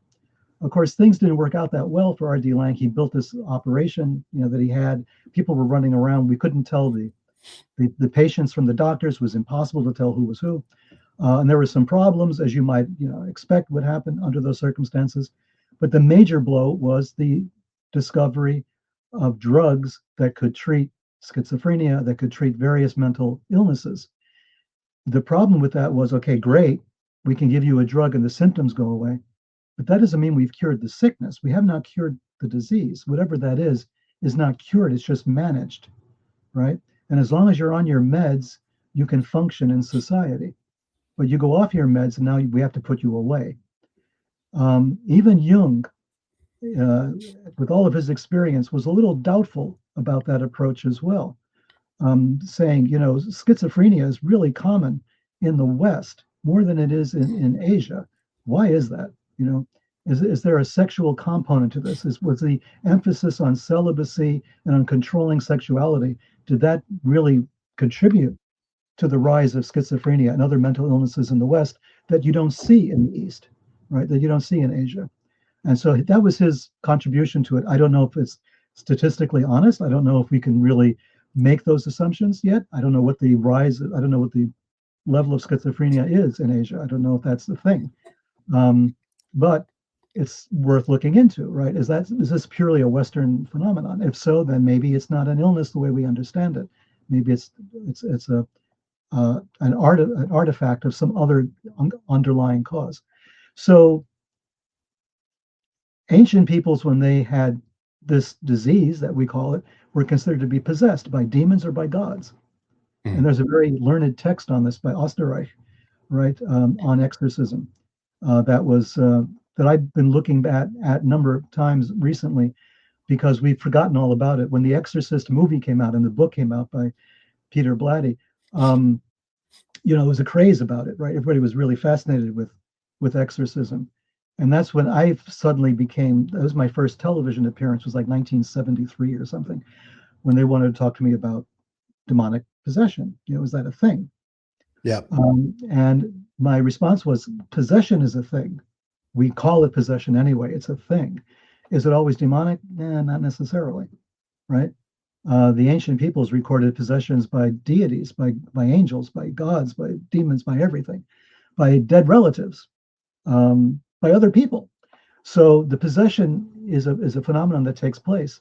Does it take place because of a mental instability? Today we call it, mental illness. and the only cure we have is to put somebody away, to hospitalize them, or to give them in so many drugs they cannot function otherwise. How is that better, right? It's better for us. It takes that person out of we're not being bothered anymore by that person, right? But is it better for them particularly? Some people, yes, some people swear by it. They say, oh my God, it helped me and I'm great. And that's all they needed. Others say, I can't do it. When I'm on my meds, I feel I cannot accomplish anything. So these things take time to work through the society. We need time to figure out what's really going on. But if you look at the Bible, everybody is being possessed by something. Yeah. Nobody is called mentally ill, right? The possession is strong. There's possession in Asia. There's possession in Asia, not necessarily mental illness, but there's possession. The Dalai Lama has a guy who periodically becomes possessed and talks to the Dalai Lama in some kind of an angelic language to discuss the future, to describe what's going to happen. It's a shaman. It's like a fortune teller, and he's part of the entourage. He's an essential part of the fixture of the Dalai Lama's entourage. And this guy, every once in a while, there's film footage of it. He's dressed in these weird robes and he runs around and he has this. He goes into a trance and he starts mumbling what appears to be gibberish. I mean, I don't speak Tibetan or Sanskrit, so I'm no judge. But to everyone around, they don't understand what the person is saying. But the Dalai Lama can understand it, and he listens and he pays attention, and then he has the prediction for the coming year based on this guy going into a trance. I witnessed that in Haiti. I witnessed people being possessed in Haiti, and it's a momentary thing. It lasts for a short period of time. Their personality definitely changes. If they went around their entire life with that personality change, we would say that's a mental illness. But it's momentary, then it goes away. It goes away because someone casts it out. You know, there's the priest who's in charge of this thing. And I saw that happen in Queens, in New York also. A very famous scene in my life. I was there with two people, one of whom was a follower of Aleister Crowley, right? Member of the OTO. And he's sitting next to me, and his wife is very pregnant. She's really very pregnant. I would say 8 months pregnant, at least. A woman with no background other than, Baptist Christianity, and now a little bit of Crowley. But they're playing the drums. They're doing the whole thing in this warehouse in Queens. A spiritual leader of the Yoruba people. And she becomes possessed. She jumps up, and suddenly she's spinning around, and she can't control herself. And they have to bring her to the priest so that he sprays rum on her. She says an appropriate exorcism, and then she comes back to herself and she's brought back. No memory of it at all, of what happened. The pregnant lady? Yes. Holy it could crap. have been very dangerous. She could have missed it. Yeah. So they had to stop her, and they had to basically exorcise her and bring her back. So you were there for that. I was there for that. I saw that. Holy crap. So this is. Do you think it's possible? Do you think it's possible that, because I've heard some accounts from one of the whistleblowers who saw video of the gimbal. He was one of the people who saw video of the gimbal, Matthew Roberts. He sort of alluded to places within the government, like the Department of Energy and places like that, where this is sort of like a culture that they take it as if it's a thing and it's not stigmatized, this whole channeling and possession thing. Have you ever heard anything about that? I haven't heard that they accept it that way. That would be interesting if that was so. Interesting fact about the Department of Energy: they were created in 1977 by Jimmy Carter. Jimmy Carter had that famous UFO briefing where he broke into tears. But that was also the same year that we got the WOW signal. That was the one signal that we received that appeared to be artificially created signal from outer space, which the astronomer who got it wrote on the printout "wow" because it was so outrageous, and hasn't been heard since, from what I understand. So WOW came in at one point. There was a signal of some kind. Maybe we were just in the way of it, and we got it. We recorded it. We just don't know what it means. And it's also the year, of course, Voyager 1 and Voyager 2 were both shot off into space. And they're still talking to us. At least Voyager 2, I think, is still talking to us to this day, or just starting to wind down after all these years. So yeah, it was a pregnant year, 1977. It was a lot of shit was going on. Colares, you know, yeah. Yeah, Polaris, yeah. In All of California, there was a major sighting in Southern California it. Mhm. of UFOs in schools. They were seen constantly during that year. That was also happening in '77. So you wonder, Department of Energy, what were they up to, right? So, Yeah, yeah. That's why I asked about that. So I have a couple more questions from some of the viewers who wanted to ask a few questions, but the last one for me is going to come from a recent statement you made on X on agreements, and I found this really interesting because you have a unique perspective there, and I would like if you could expand on some examples you may have heard. You said an agreement is not possible. All of our precedents, treaties, contracts between humans are routinely broken, ignored, etc. Between humans and NHI, no common language, laws. What are agreements written in? Which humans have authority to sign for all of us and no way to enforce? yeah, absolutely. I mean, I hear about this all the time. Well, Eisenhower signed an agreement with the aliens. Really? How did that work? Really? Yeah. Whose lawyers on both sides, work this thing out? The reason my perspective is the way it is because I did years worth of business in China. I worked in China a lot, especially in the 1980s, 1990s. Um, in the 1990s, I signed this contract as an example. I signed a lot of contracts, but this one I have photographs of, and I think I posted it on Facebook at some point. Um, it was a contract to rewire a building in Beijing, the international ICBC, the International Commerce. So I forget how it works in Chinese. Anyway, very famous bank, a world famous bank, and it was their headquarters. We're wiring it for Category 5 internet and Ethernet capabilities. So we're rewiring this whole building. In order to get that, I had to negotiate a contract and then sign a contract. The contract signing is hysterical because you have a contract that's about 6 inches thick, more, just in English, and another 6 inches thick or more in Chinese, right? Ooh, The two contracts, and I have to go through them, all the various places in that contract, and sign both. And that was just to wire a freaking building with damn, bro. communications wire, with Cat5 Ethernet and cable, not even fiber, right? So we're just going to wire this building. And that was how big and how complicated that contract was. Now tell me there's a contract, and that's English and Chinese. Chinese and English, they're both human languages, right? But find me the American who can speak enough Chinese to understand the legal Chinese and make sure that's working with the American legal English, and they both say the same thing, right? How do we know they both say the same thing, right? Unless some real expert in law and Chinese can tell you, yes, it's the same as the. I mean, this is how complicated that is. And they filmed this thing because this was a big deal. There's all these guys signing it. I'm signing it. The Chinese are signing it. We're going back and forth and signing it. And then we have all the toasts and the Mao Tais, and we're getting drunk and everything else. Okay, all of that's for one contract. Now you're going to sign a contract between us and them. Okay, we have a hard enough time understanding Chinese, and we're both humans. Now there's an alien, supposedly. We don't know what language the aliens speak, but what it's written in. Yeah. Do they have writing? Do they have phonetic sounds the way we understand it? Are they communicating strictly in pictures, right? Is it a telepathic communication?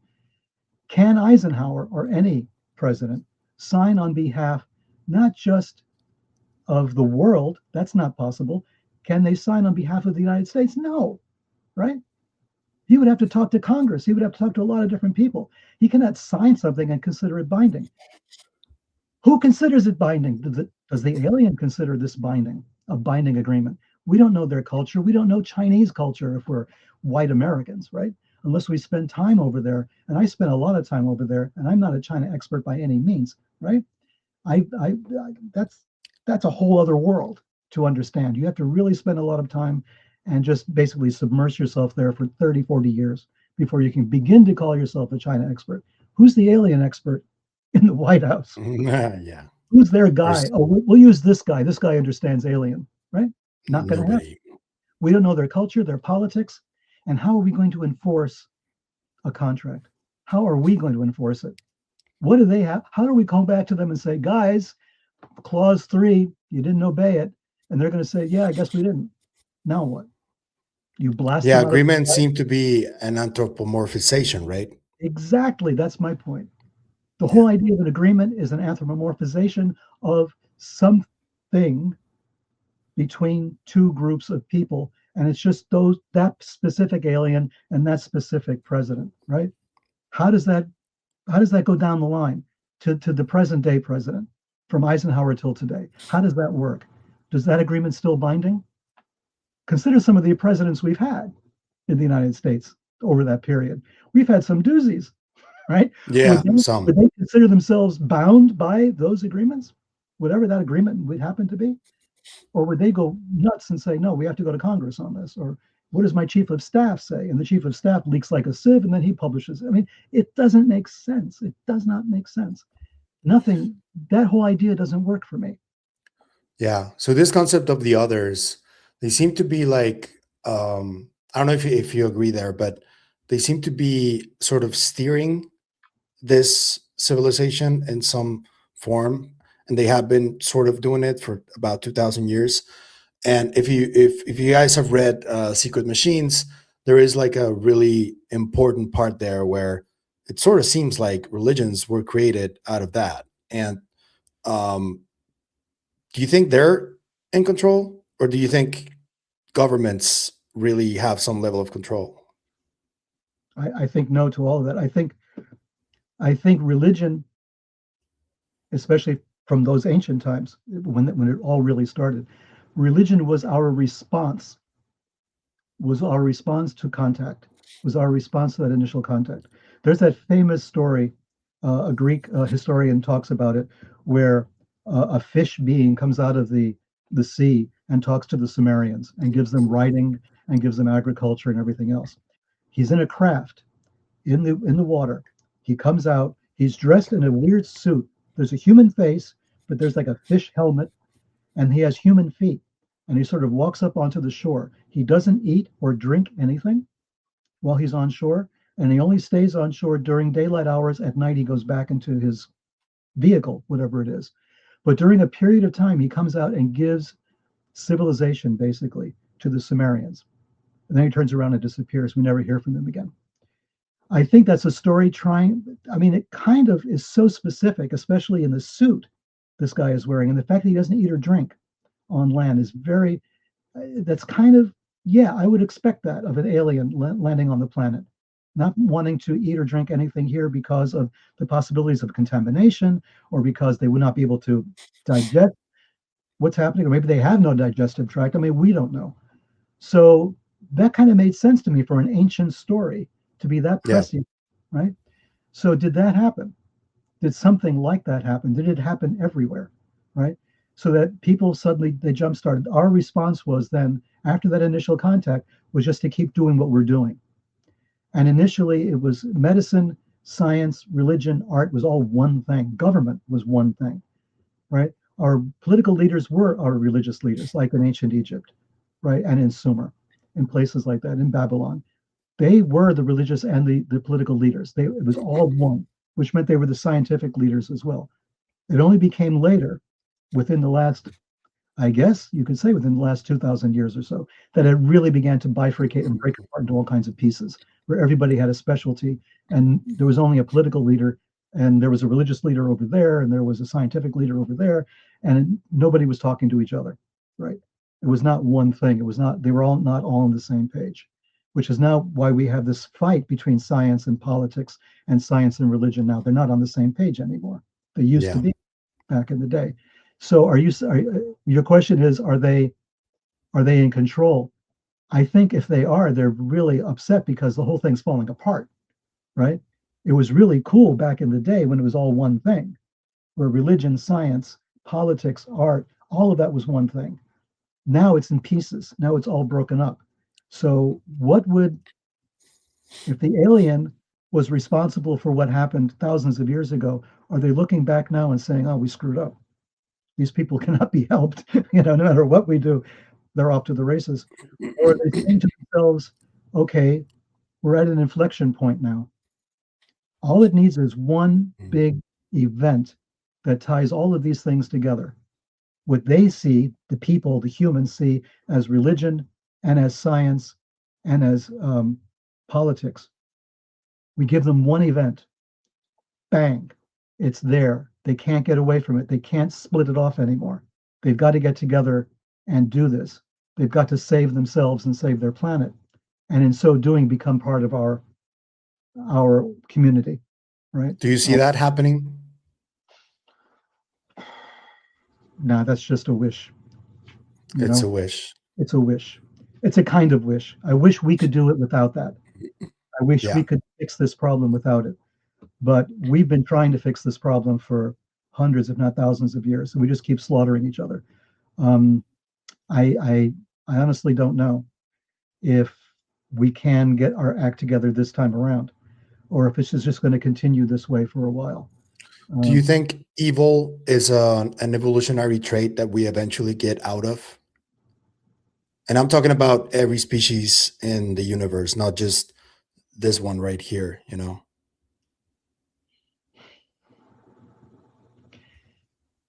There's a lot of words in there that would need to be defined for me to be able to answer that intelligently. Evil, I'm not sure. You know, I'm the guy that I can't define it, but I know what it is when I see it. So it's hard for me to say off the top of my head, can evil itself, can we get rid of evil? Maybe as long as there's free will, there's going to be evil. That's the whole point of free will. But then there's a lot of scientists and a lot of philosophers out there who say there's no such thing as free will. That's an illusion. We have no free will. We are the result of our programming. So then you ask yourself, can I reprogram the next generation? And they'll say no, because that's part of your programming too, right? You can't escape that loop. You're in this programmed loop and you can't get out of it. So there's nothing you can do. This has got to play itself out. And that's what people will say. In occultism, there's this idea that your will is an illusion. They agree that your will is an illusion, but that there is a will out there. There's a true will. There's something that exists that is true. That if you align yourself to it, these problems, these philosophical problems suddenly go away. You know, and that suddenly you start to see the light at the end of the tunnel. And then if more people did that, then the world would be a better place, right? So there's that idea, there's that theory that if you find your true will is not just what you want to do. Your true will is something aligned with the will of the cosmos. It's a Taoist kind of idea that if you go with the Tao, with the flow of the Tao, nothing can stop you. You're just running, you're in the stream, you're flowing along. It's impossible to stop what's happening. And whatever's happening is good. That's where the stream is supposed to go.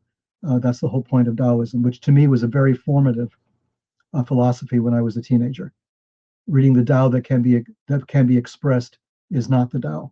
That to me was like, whoa, okay, I think I understand what you mean, right? And they would go on and on further and further to say the Tao is this, the Tao is not this, the Tao is not that, and you came to an understanding of what that meant. That will underneath the universe, that's there partaking in the creation. But I'm still human enough to get really upset when I see innocent people being harmed. Yeah.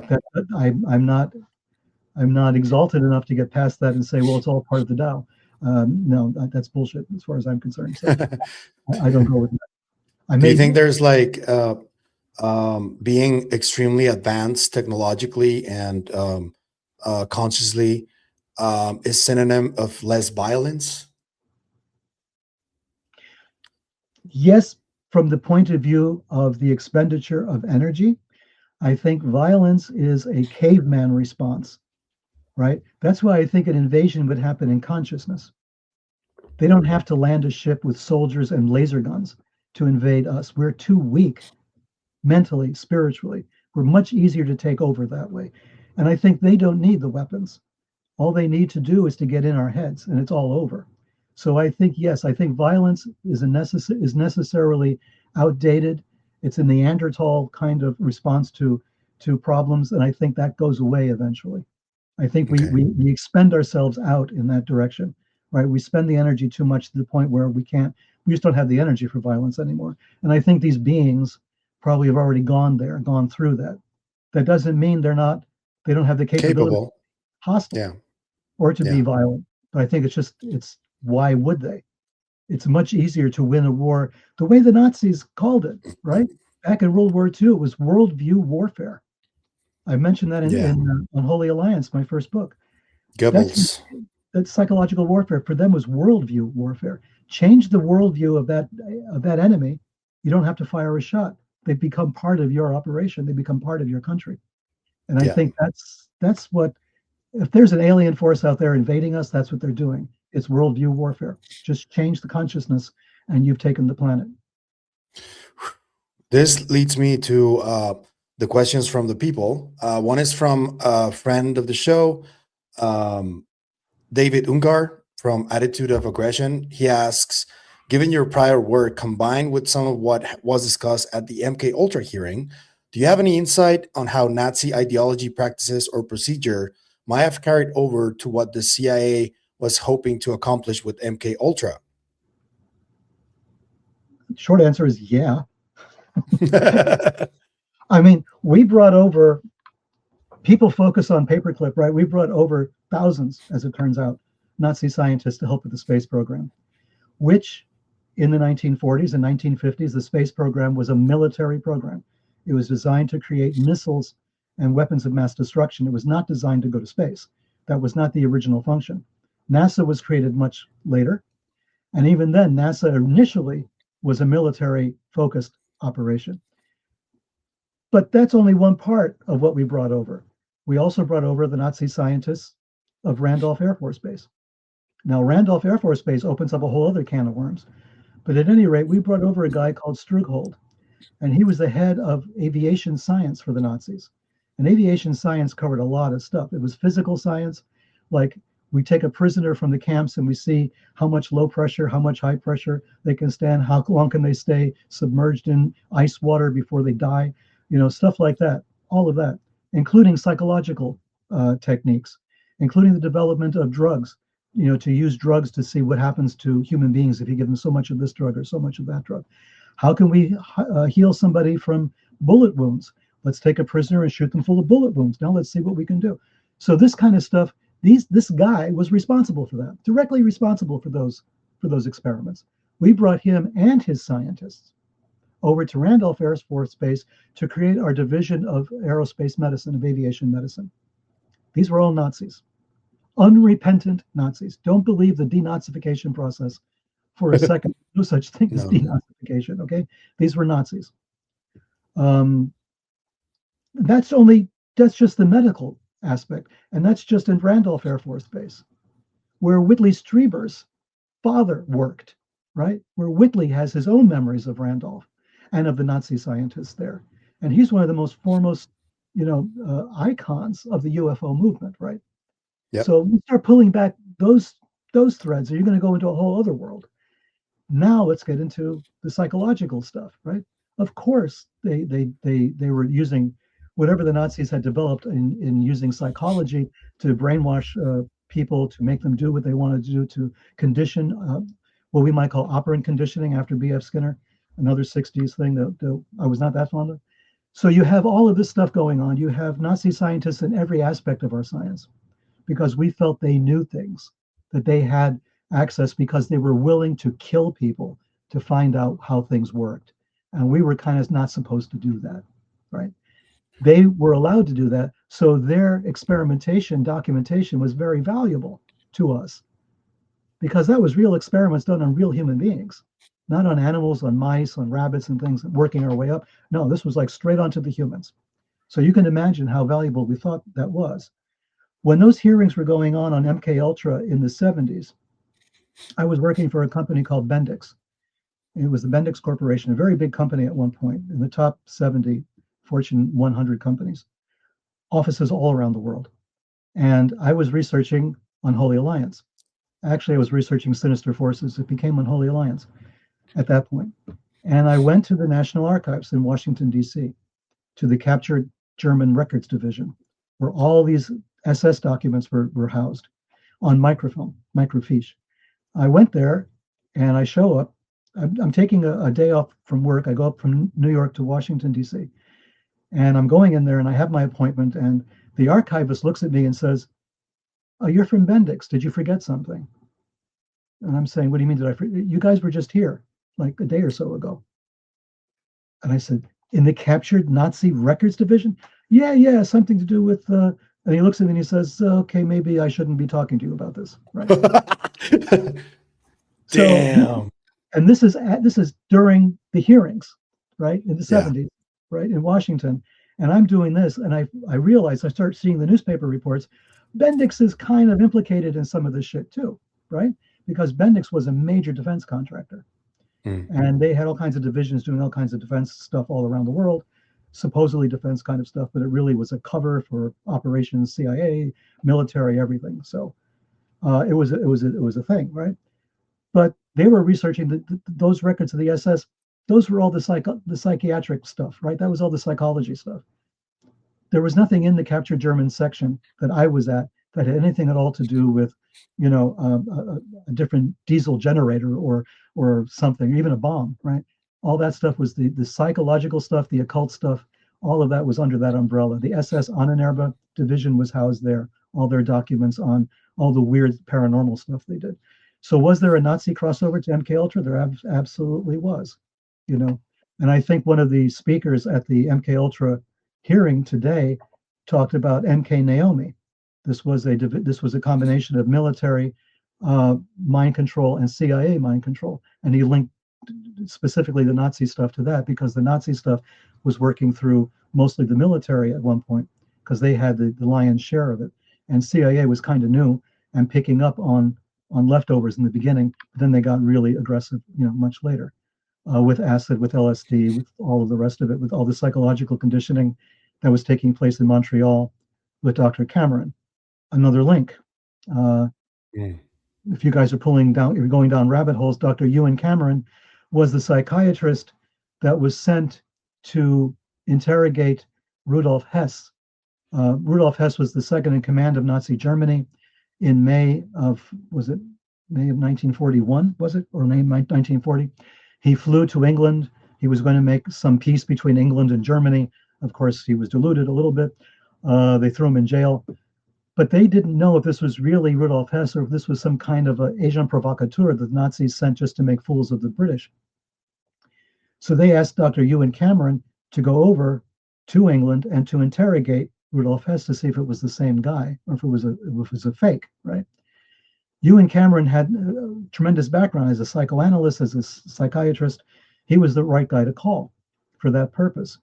Rudolf Hess himself claimed he was in telepathic communication with his wife and with entities around the world, so that was another thing. We won't get into that right now. But Hess stayed in prison until he died. He was the only Nazi prisoner who stayed in prison until the day he died. He was not allowed to leave Spandau prison at all. The Russians would not let him leave. They considered Hess to be responsible for the deaths of 20 million Russians. Okay, so Ewan Cameron, flash forward, right? So now we're in Montreal, where he's based, and it's in the 1960s, and he's running ops for CIA. CIA wants to know, can you erase a person's memory? Cameron says, well, I'm in Canada.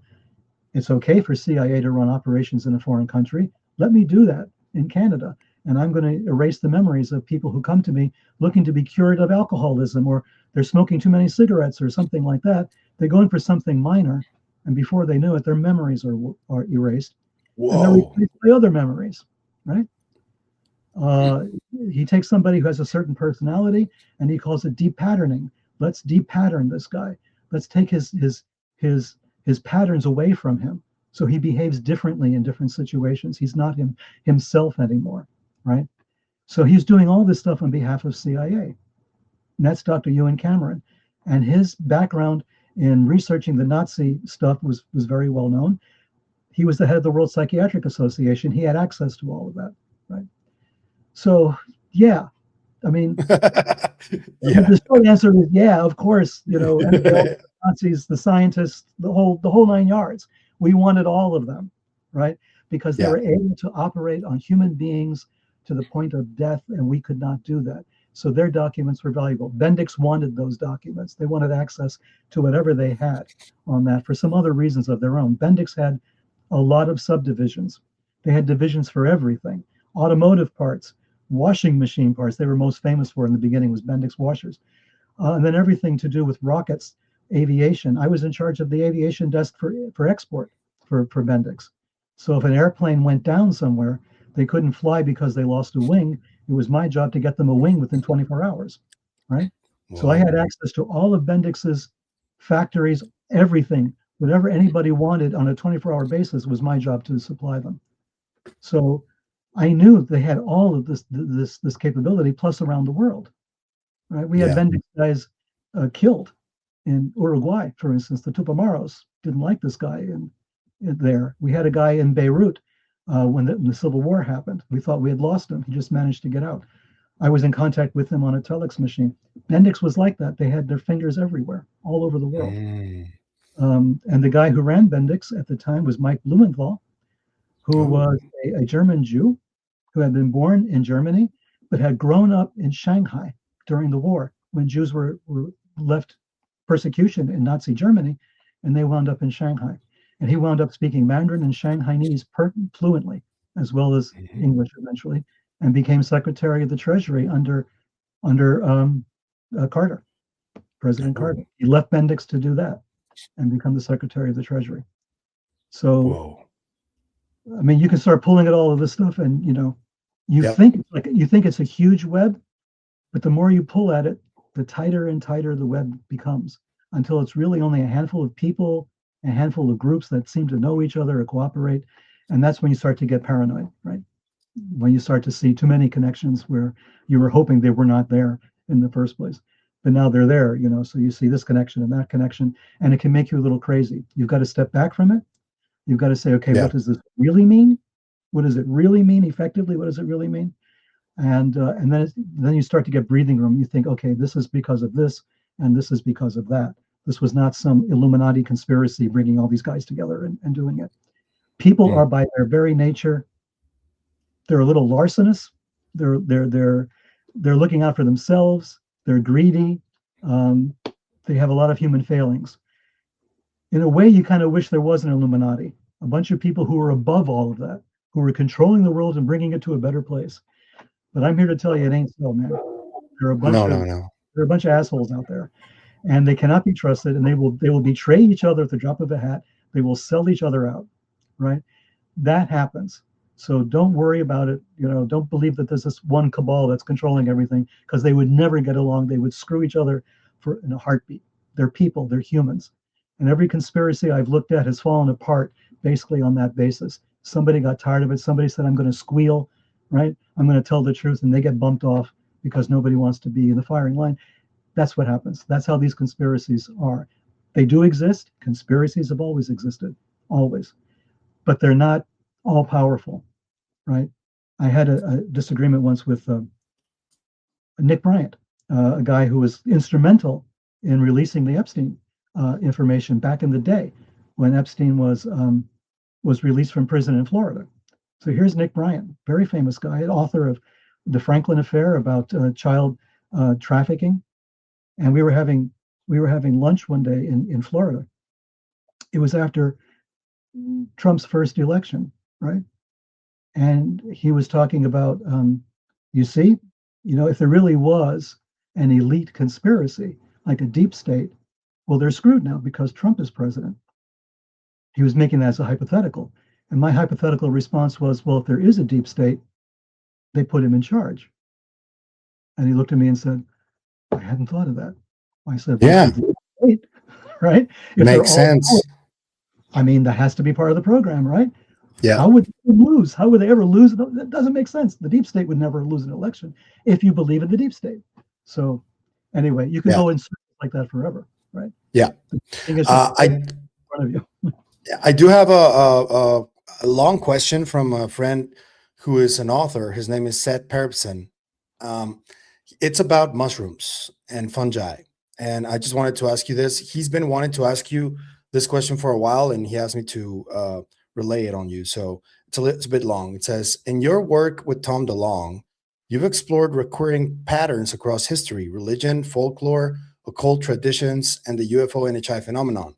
Jacques Vallée has also framed aspects of the phenomenon in terms of a possible control system, shaping human perception and belief over time. Looking at that through a modern biological lens, do you think it's possible that some ancient traditions describing corruption, possession, purification, or spiritual contamination were encoding observations about chronic fungal interactions with the human body and brain? Could fungi represent one tangible biological layer within these broader historical patterns, influencing perception, behavior, and culture in ways that were preserved symbolically before microbiology existed? Okay, that's a broad question. I will try to narrow down what I think about this. I've taken mushrooms, so I know Yep. psilocybin. I know how that works. And I only had to do it, well, I did it twice because, long story, a friend said, let's just do this. And I said, all right, okay. But the first time I did it on my own, I wanted to experience this completely. And it was very educational, 100%. Okay. It taught me things. I learned things from the experience. And from my perspective, anyway, what I learned that first time was enough. I learned what I needed to learn. I was under the impression that if I kept doing this, it would be really entertaining, maybe, but I wouldn't have necessarily learned more. I would have just have gone down different pathways and seen different things and experienced different things. But in the end, it would not have given me the information that I needed. The information that I didn't know I needed until I took the psilocybin was great. It plugged holes in my awareness, my consciousness of what I was studying, of what I was learning.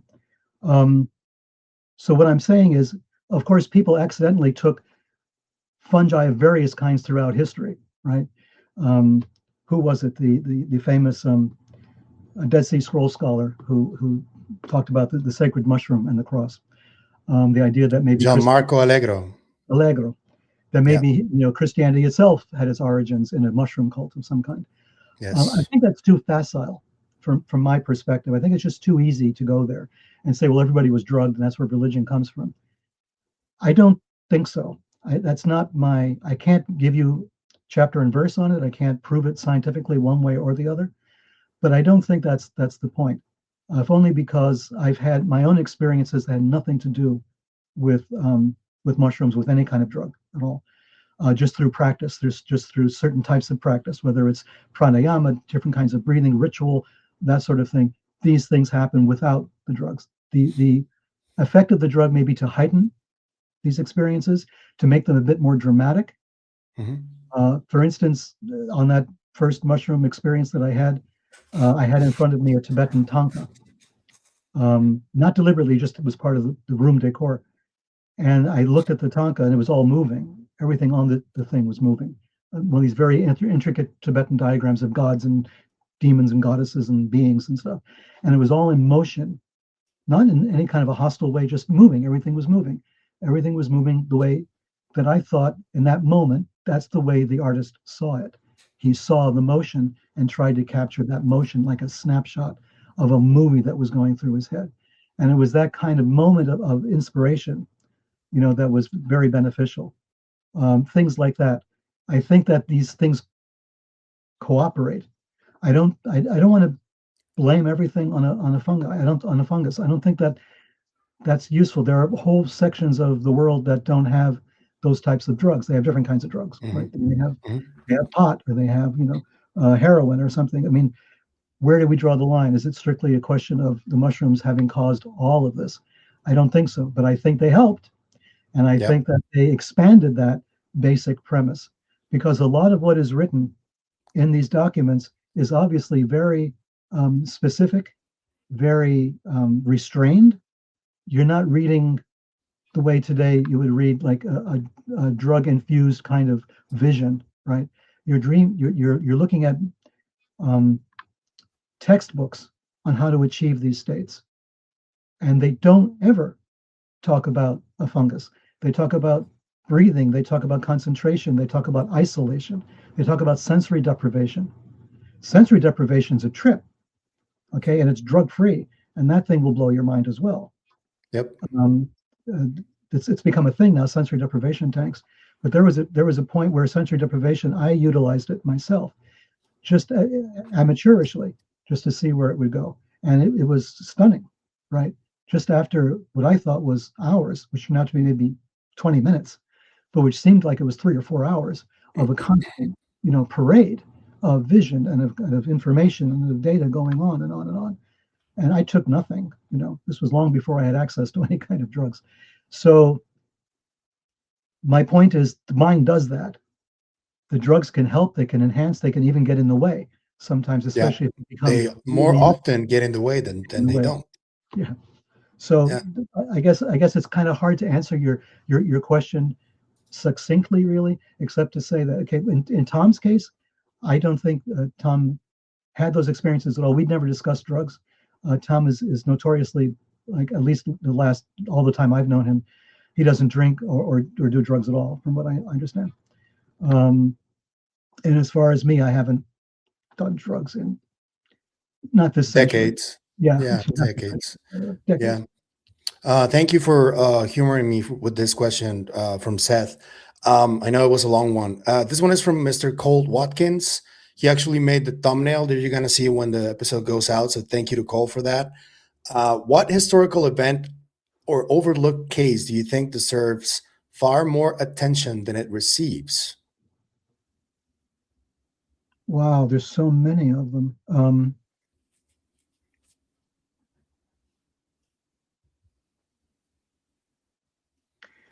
I had to really think which needs more attention.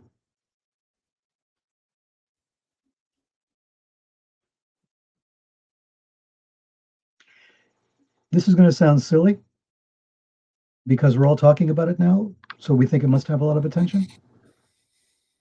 MK Ultra deserved a lot more attention than it received. It surfaced in the 70s, everybody talked about it, and then it sank away. And then it became like the area of conspiracy theorists. So suddenly everything was MK Ultra, right? If my neighbor is spying on me, it's MK Ultra. If my cell phone is listening to me, it's MK Ultra. Pretty soon, everything became MK Ultra. MK Ultra had far more ramifications than we give it credit for. The CIA was doing something that had not been done by governments in like hundreds of years. If we go back to Dee and Kelly, the Elizabethan occultists who were like getting the angelic language and the Enochian tables and all of that, they were being hired by governments, right, to do alchemy or to do all kinds of other mysterious paranormal stuff. From that point until MK Ultra, that just didn't happen, right? Everybody was getting very scientific. Science was becoming seductive because we could make guns and we could make bombs and we could make planes. And so the science part, the hard science, the engineering part, the mechanical part became seductive, and we just went that way. MK Ultra was a pushback against that. And it was a pushback because America could not understand how we could be in Korea and be losing, right? To an army that had, the soldiers had no shoes, they had no boots, and we were being slaughtered by these guys. And the idea was, well, it must be because they have some spirit, some strange power that our soldiers cannot resist. And they would capture our troops and give them back to us, and they would be talking about how great North Korea was, or communism was, or China was, or Russia was. Cardinal Mindszenty, the very famous case of the cardinal in the late 1940s, I think, was captured by the Soviet Union and made to say how great the Soviet Union was. All of this made American intelligence freak out. It made CIA nuts because they said, my God, there's some power. There's some, power to control consciousness. We've been ignoring that. We've been dropping bombs like the atomic bombs, but there's another power that we should be investigating. And how do we do that? Where do we start? They didn't know where to start. They went to drugs. Olson was famously mentioned, the scientist who got thrown from the building in Frank Olson in New York. People were dying. People were being killed over this. But CIA went and they said, let's talk to the witches. Let's talk to the occultists. They had programs to do that. Let's see what do the occultists know? Can they actually summon spirits? Can we photograph that? Can we figure out how that's done? Can they create programmed assassins? Like one of the speakers, the guy who wrote Chaos, was at the MK Ultra meeting today, talking about his book and about, Manson. Was Charles Manson an MK Ultra programmed assassin? I think it's a bridge too far. I think Manson was, if you really study Manson, that guy was already off to the races long ago, right? Yeah. And but what was the Manson secret, which was the key to my book, Sinister Forces, is what was the Manson secret? And Ed Sanders had said, if the Pentagon ever figures that out, the world's in trouble, right? And that was my emphasis. Was MK Ultra or some function of it involved generally in the American youth movement, using Timothy Leary, LSD, all the rest of it? Was this like a major program to see what Who I think about when you talk about this? Carlos Castañeda. Carlos Castañeda. He was there. He was there at the time too. He was. And he had major influence. Major. I was there. I mean, that was like everybody was reading, Tales of Don Juan. That was like a major thing. Yeah. And when they came out and said, well, none of that really happened, those of us who were there said, no, it happened. It didn't happen the way he said it happened. It happened. There's so much truth in those books that, yeah, it happened. Okay. Maybe he wasn't a Yaqui. Maybe he didn't do what he said he did. Maybe he didn't have maybe Don Juan was not a real person, but that shit was real, right? Yeah, it was. Especially the first 3 books. Yeah. If you read those, that's all you need to read, really. Yeah, exactly. So we knew that was going on, right? But to say that it was MK Ultra, there was a puppet master behind it. Again, knowing people, knowing humans, knowing how they act, knowing how they react. No, we're too chaotic. Manson showed up at the health center that Jolly West was running. Okay, we've documented to a certain extent that happened, right? Did that mean everybody who went to that clinic was an MK Ultra controlled assassin? No, but Manson was a career criminal, right, with a lot of psychological problems, and this was like tailor-made. He was also in prison. Remember, going through Scientology process. He was considered clear in Scientology in prison at Terminal Island, right? So he comes out from there knowing all about Scientology, and then he gets involved with the Process Church of the Final Judgment.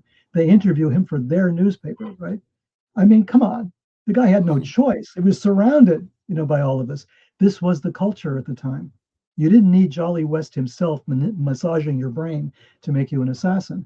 It was there, right? If you were of that mind, all the equipment was there. All the stuff that you needed was there. You needed a good spiel, a good way of talking.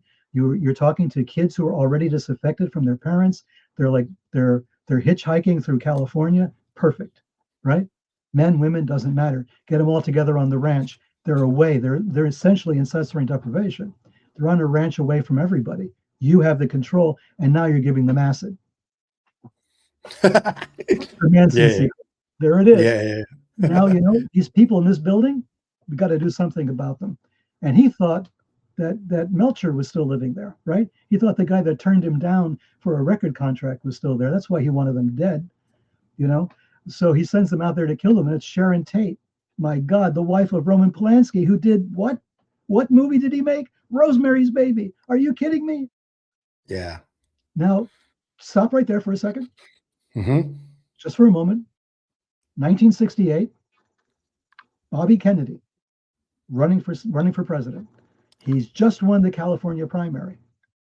That night, before he goes up to show up at the primary headquarters in the Commodore Hotel, he's having dinner in Malibu. And he's having dinner in Malibu with John Frankenheimer, the guy who directed The Manchurian Candidate, the original one with Frank Sinatra, right? He had to pull it after the assassination of President Kennedy. He was freaking out that maybe his movie had something to do with it. So he pulled the movie. Nobody had seen it for like 20 years. Angela Lansbury, Frank Sinatra, they're all in it, right? The movie is pulled. 1968, he has a dinner. Bobby Kennedy is there. And next to Bobby Kennedy is Roman Polanski and Sharon Tate. They all have dinner that night. Whoa. That night, Bobby goes and gets assassinated. A year later, Sharon Tate is murdered by Charles Manson. Wow. That's wild. Now let's make it a little weirder. Let's turn it up just a slight bit. Okay. People deserve a little bit of that. My first full-time job in New York City was with a company called Stardust. It was located on 32nd Street and Madison Avenue. Never forget it, in the garment district. Stardust was kind of well known. I didn't know it at the time. They had a branch in Hollywood as well. Jack Lemmon did a movie in front of Stardust headquarters, Save the Tiger. That was his film. It was filmed there. There was some connection to the company. Anyway, so I get my job in 1969.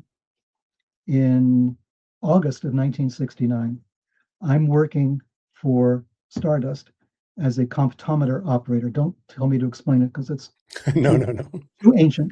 But anyway, so there I am, my very first full-time job. I'm making an actual salary. And Stardust is run by a family called Brandt, B-R-A-N-D-T. Okay, the guy who owns the company has a son. That son was Sharon Tate's best man at her wedding to Roman Polanski. Whoa. Sharon Tate is murdered. He freaks out. He tries to commit suicide in California. They stop him. They calm him down. He comes back to New York City. I think it's in the Chelsea Hotel, and he commits suicide again. He has knowledge about about the murder of Sharon Tate and the others who died there, Abigail Folger, et cetera, Steve Parent, and he can't handle it, and he kills himself successfully. The murder took place, of course, in 1969. The Tate LaBianca killings took place in 69 in August, and I'm getting my job in August 69, like the day or two around the time then that he killed himself in New York, and I didn't know a thing at the time.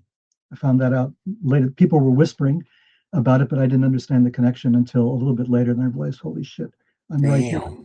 I'm a handshake away, you know. So wow, and that's been the story. That's been the story of my life, man. You know. Thank you. Yeah, actually, my next question is about that because Carl Jung speaks of synchronicities, and for some reason, like 5 years ago, I was doing sports journalism. I wasn't even on this at all, and I just wanted to ask you. And this is a question from Sarah B. She says, "Which qualities that you personally possess have aided and guided you through your journey? Can you please explain the role that synchronicities may have played in your journey until now?" Well, they got everything to do with it. I mean, none of my life makes sense from that perspective, which is why people are always saying, oh, he's a disinformation agent, or he's working for this agency, or he's that kind of a spy, or that kind of a spy. Man, I mean, I was 18 years old when I got that job at Stardust, okay? I mean, seriously. That was in 1969. Yeah, right. So I began working for the part of the American Orthodox Catholic Church in 1969 as well. This was just after, okay, Bobby had been killed in 68. They made contact with me in 68, and I was leaving by 69. So in 1968, this church, the American Orthodox Catholic Church, had some very famous members. I didn't know were famous because I was a kid, okay? I was 17, 18 years old when I got involved with this church. And the members were Jack Martin and David Ferry. So they were members of this church implicated in the Kennedy assassination. And here I am at their headquarters, at the headquarters of their church, at the guy who runs their church, which was a fake front church anyway, right? And I'm part of it. I'm like embedded deeply. The long story is that people know who've read my books, they know about me and the Kennedy, the Bobby Kennedy, the funeral, and then creating my own church to get out of Vietnam, you know, anyway, long story.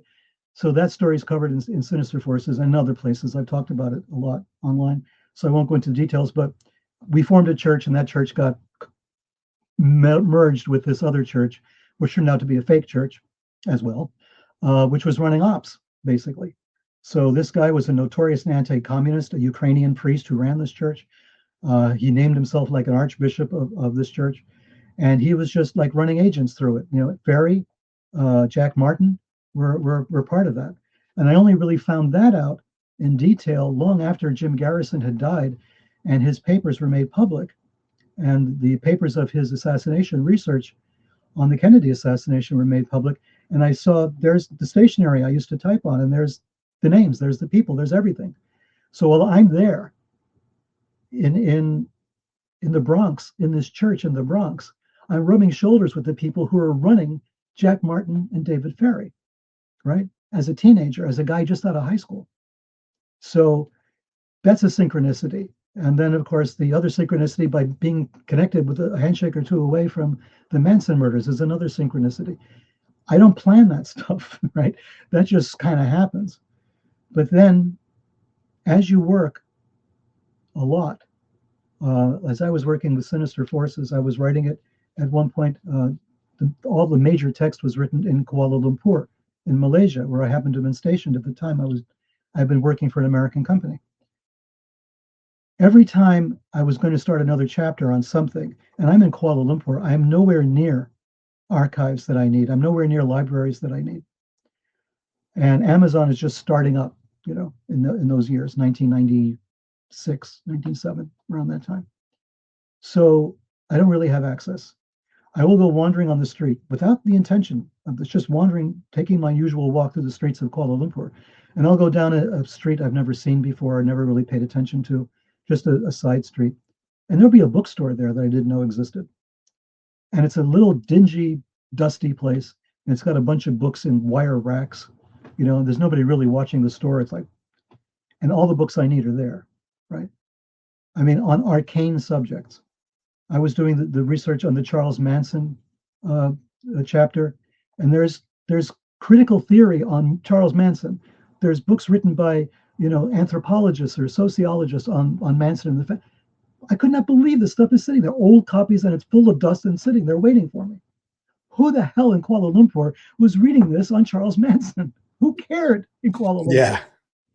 Okay, so that freaked me out. So I said, okay. A couple of weeks later, I'm working on doing the Salem witchcraft chapter on Tituba and all of that. So I'm in a different part of Kuala Lumpur, different part of the city. I'm walking down a different street, and there's another bookstore of some kind, right? A little sort of storefront place. I never pass up a bookstore, so I walk into the bookstore. I'm looking at a bunch of books in Malaysian language. There's some books in Tamil that are there as well, and I'm just sort of going through. And then suddenly a bunch of very, specific, very elite books on the Salem witchcraft trials, right? On Tituba, biographies of where Tituba came from. How do we know that she was from here? How do we know she was from there?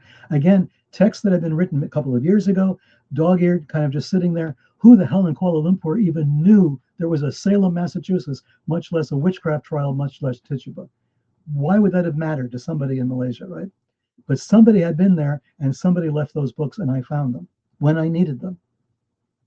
Okay?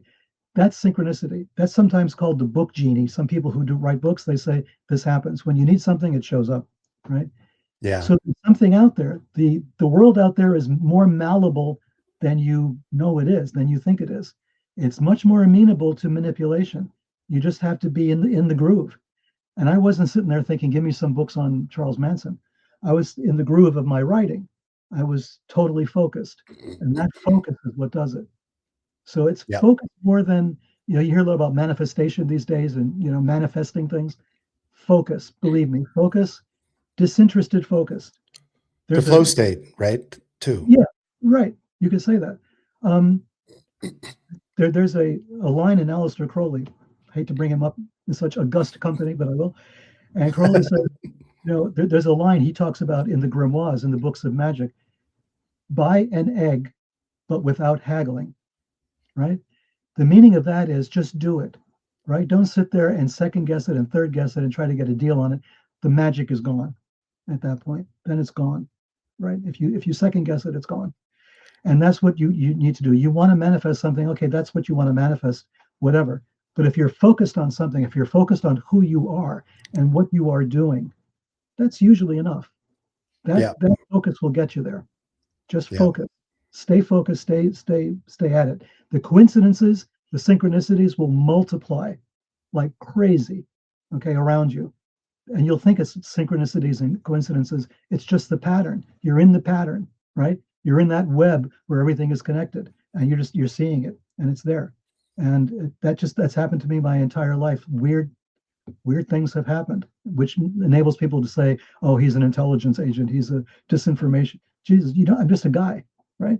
But I'm very focused. When I get focused, especially in writing and researching, which is my thing, I am totally focused. I can be in a library, an archive until closing and not realize it.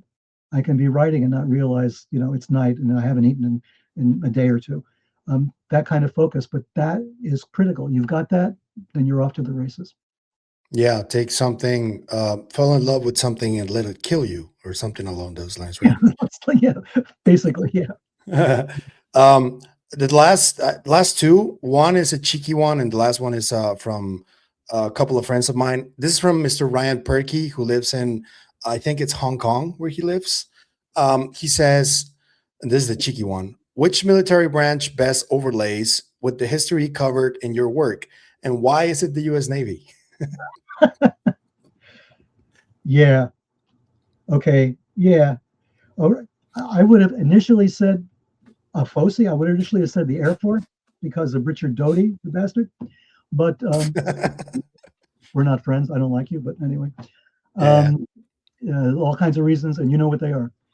But the Navy, yeah. ONI, yeah. The Office of Naval Intelligence, they're everywhere. Their fingerprints are everywhere on this. everywhere. You would never think of it, right?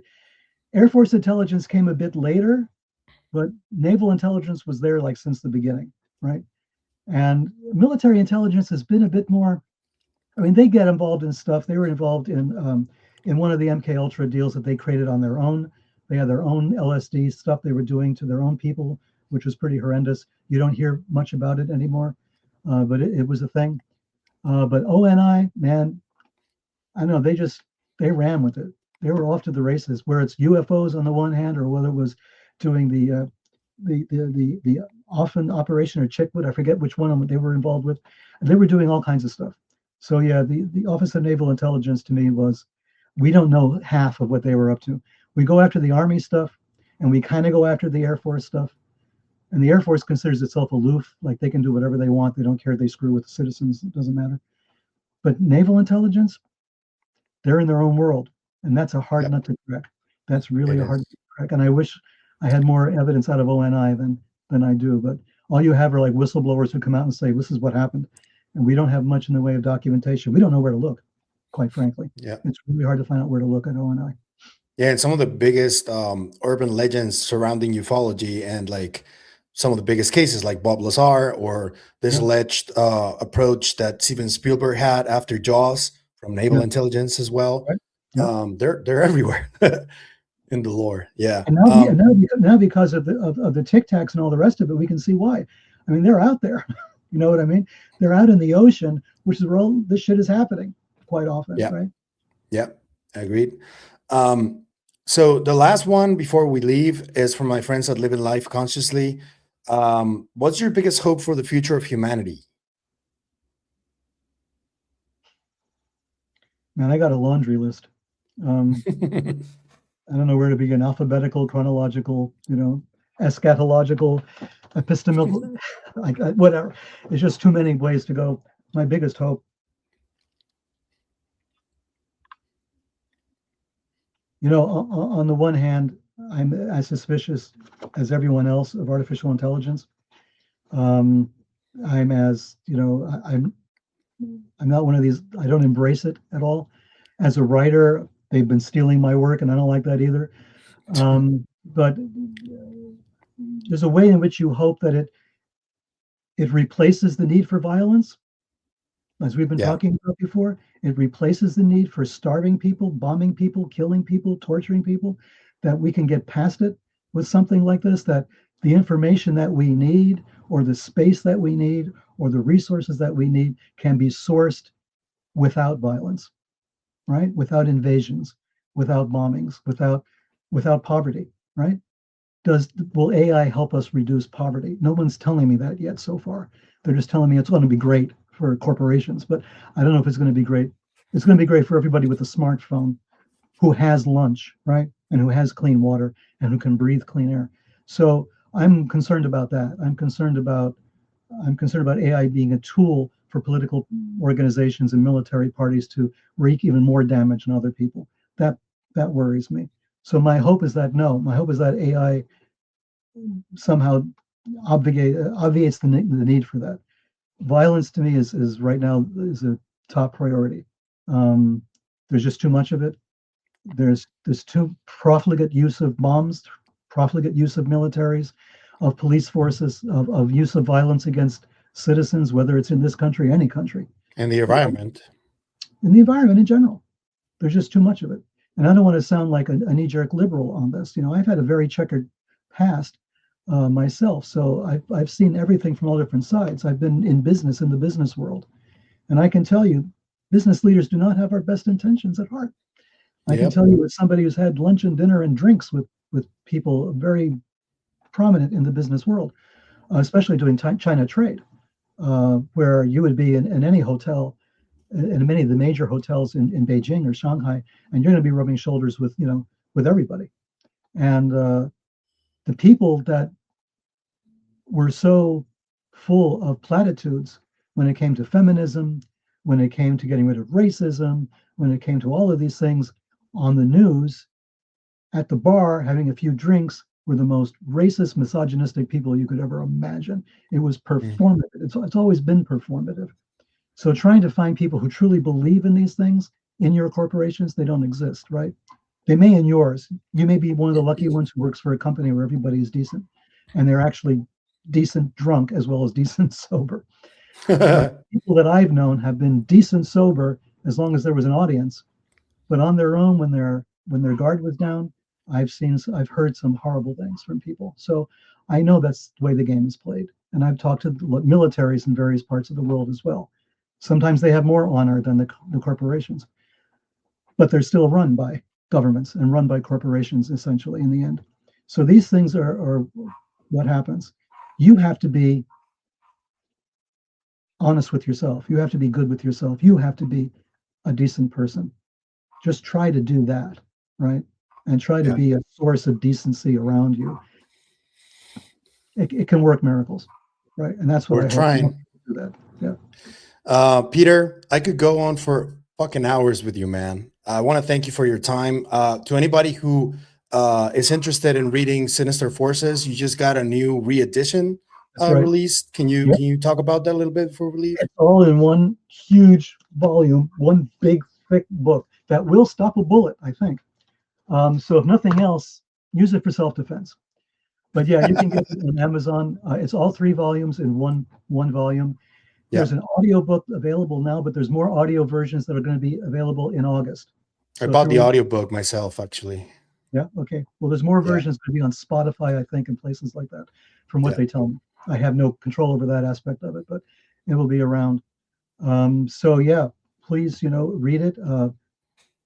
I have a lot of other books as well. Of course, Unholy Alliance was my first book on the Nazis and Nazi occultism and the influence of Nazi organizations, that way, where occultism is concerned, their weird belief systems and how they persisted after the war.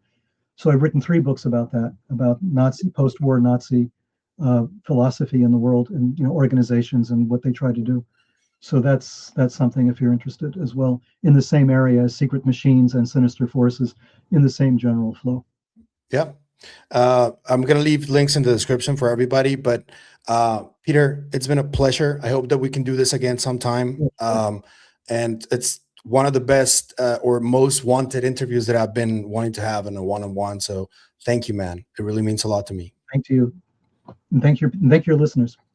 All right. See you guys later. Remember, stay curious and inquisitive like Mr. Peter Levenda right here. Stay strong, everybody. Bye, Peter.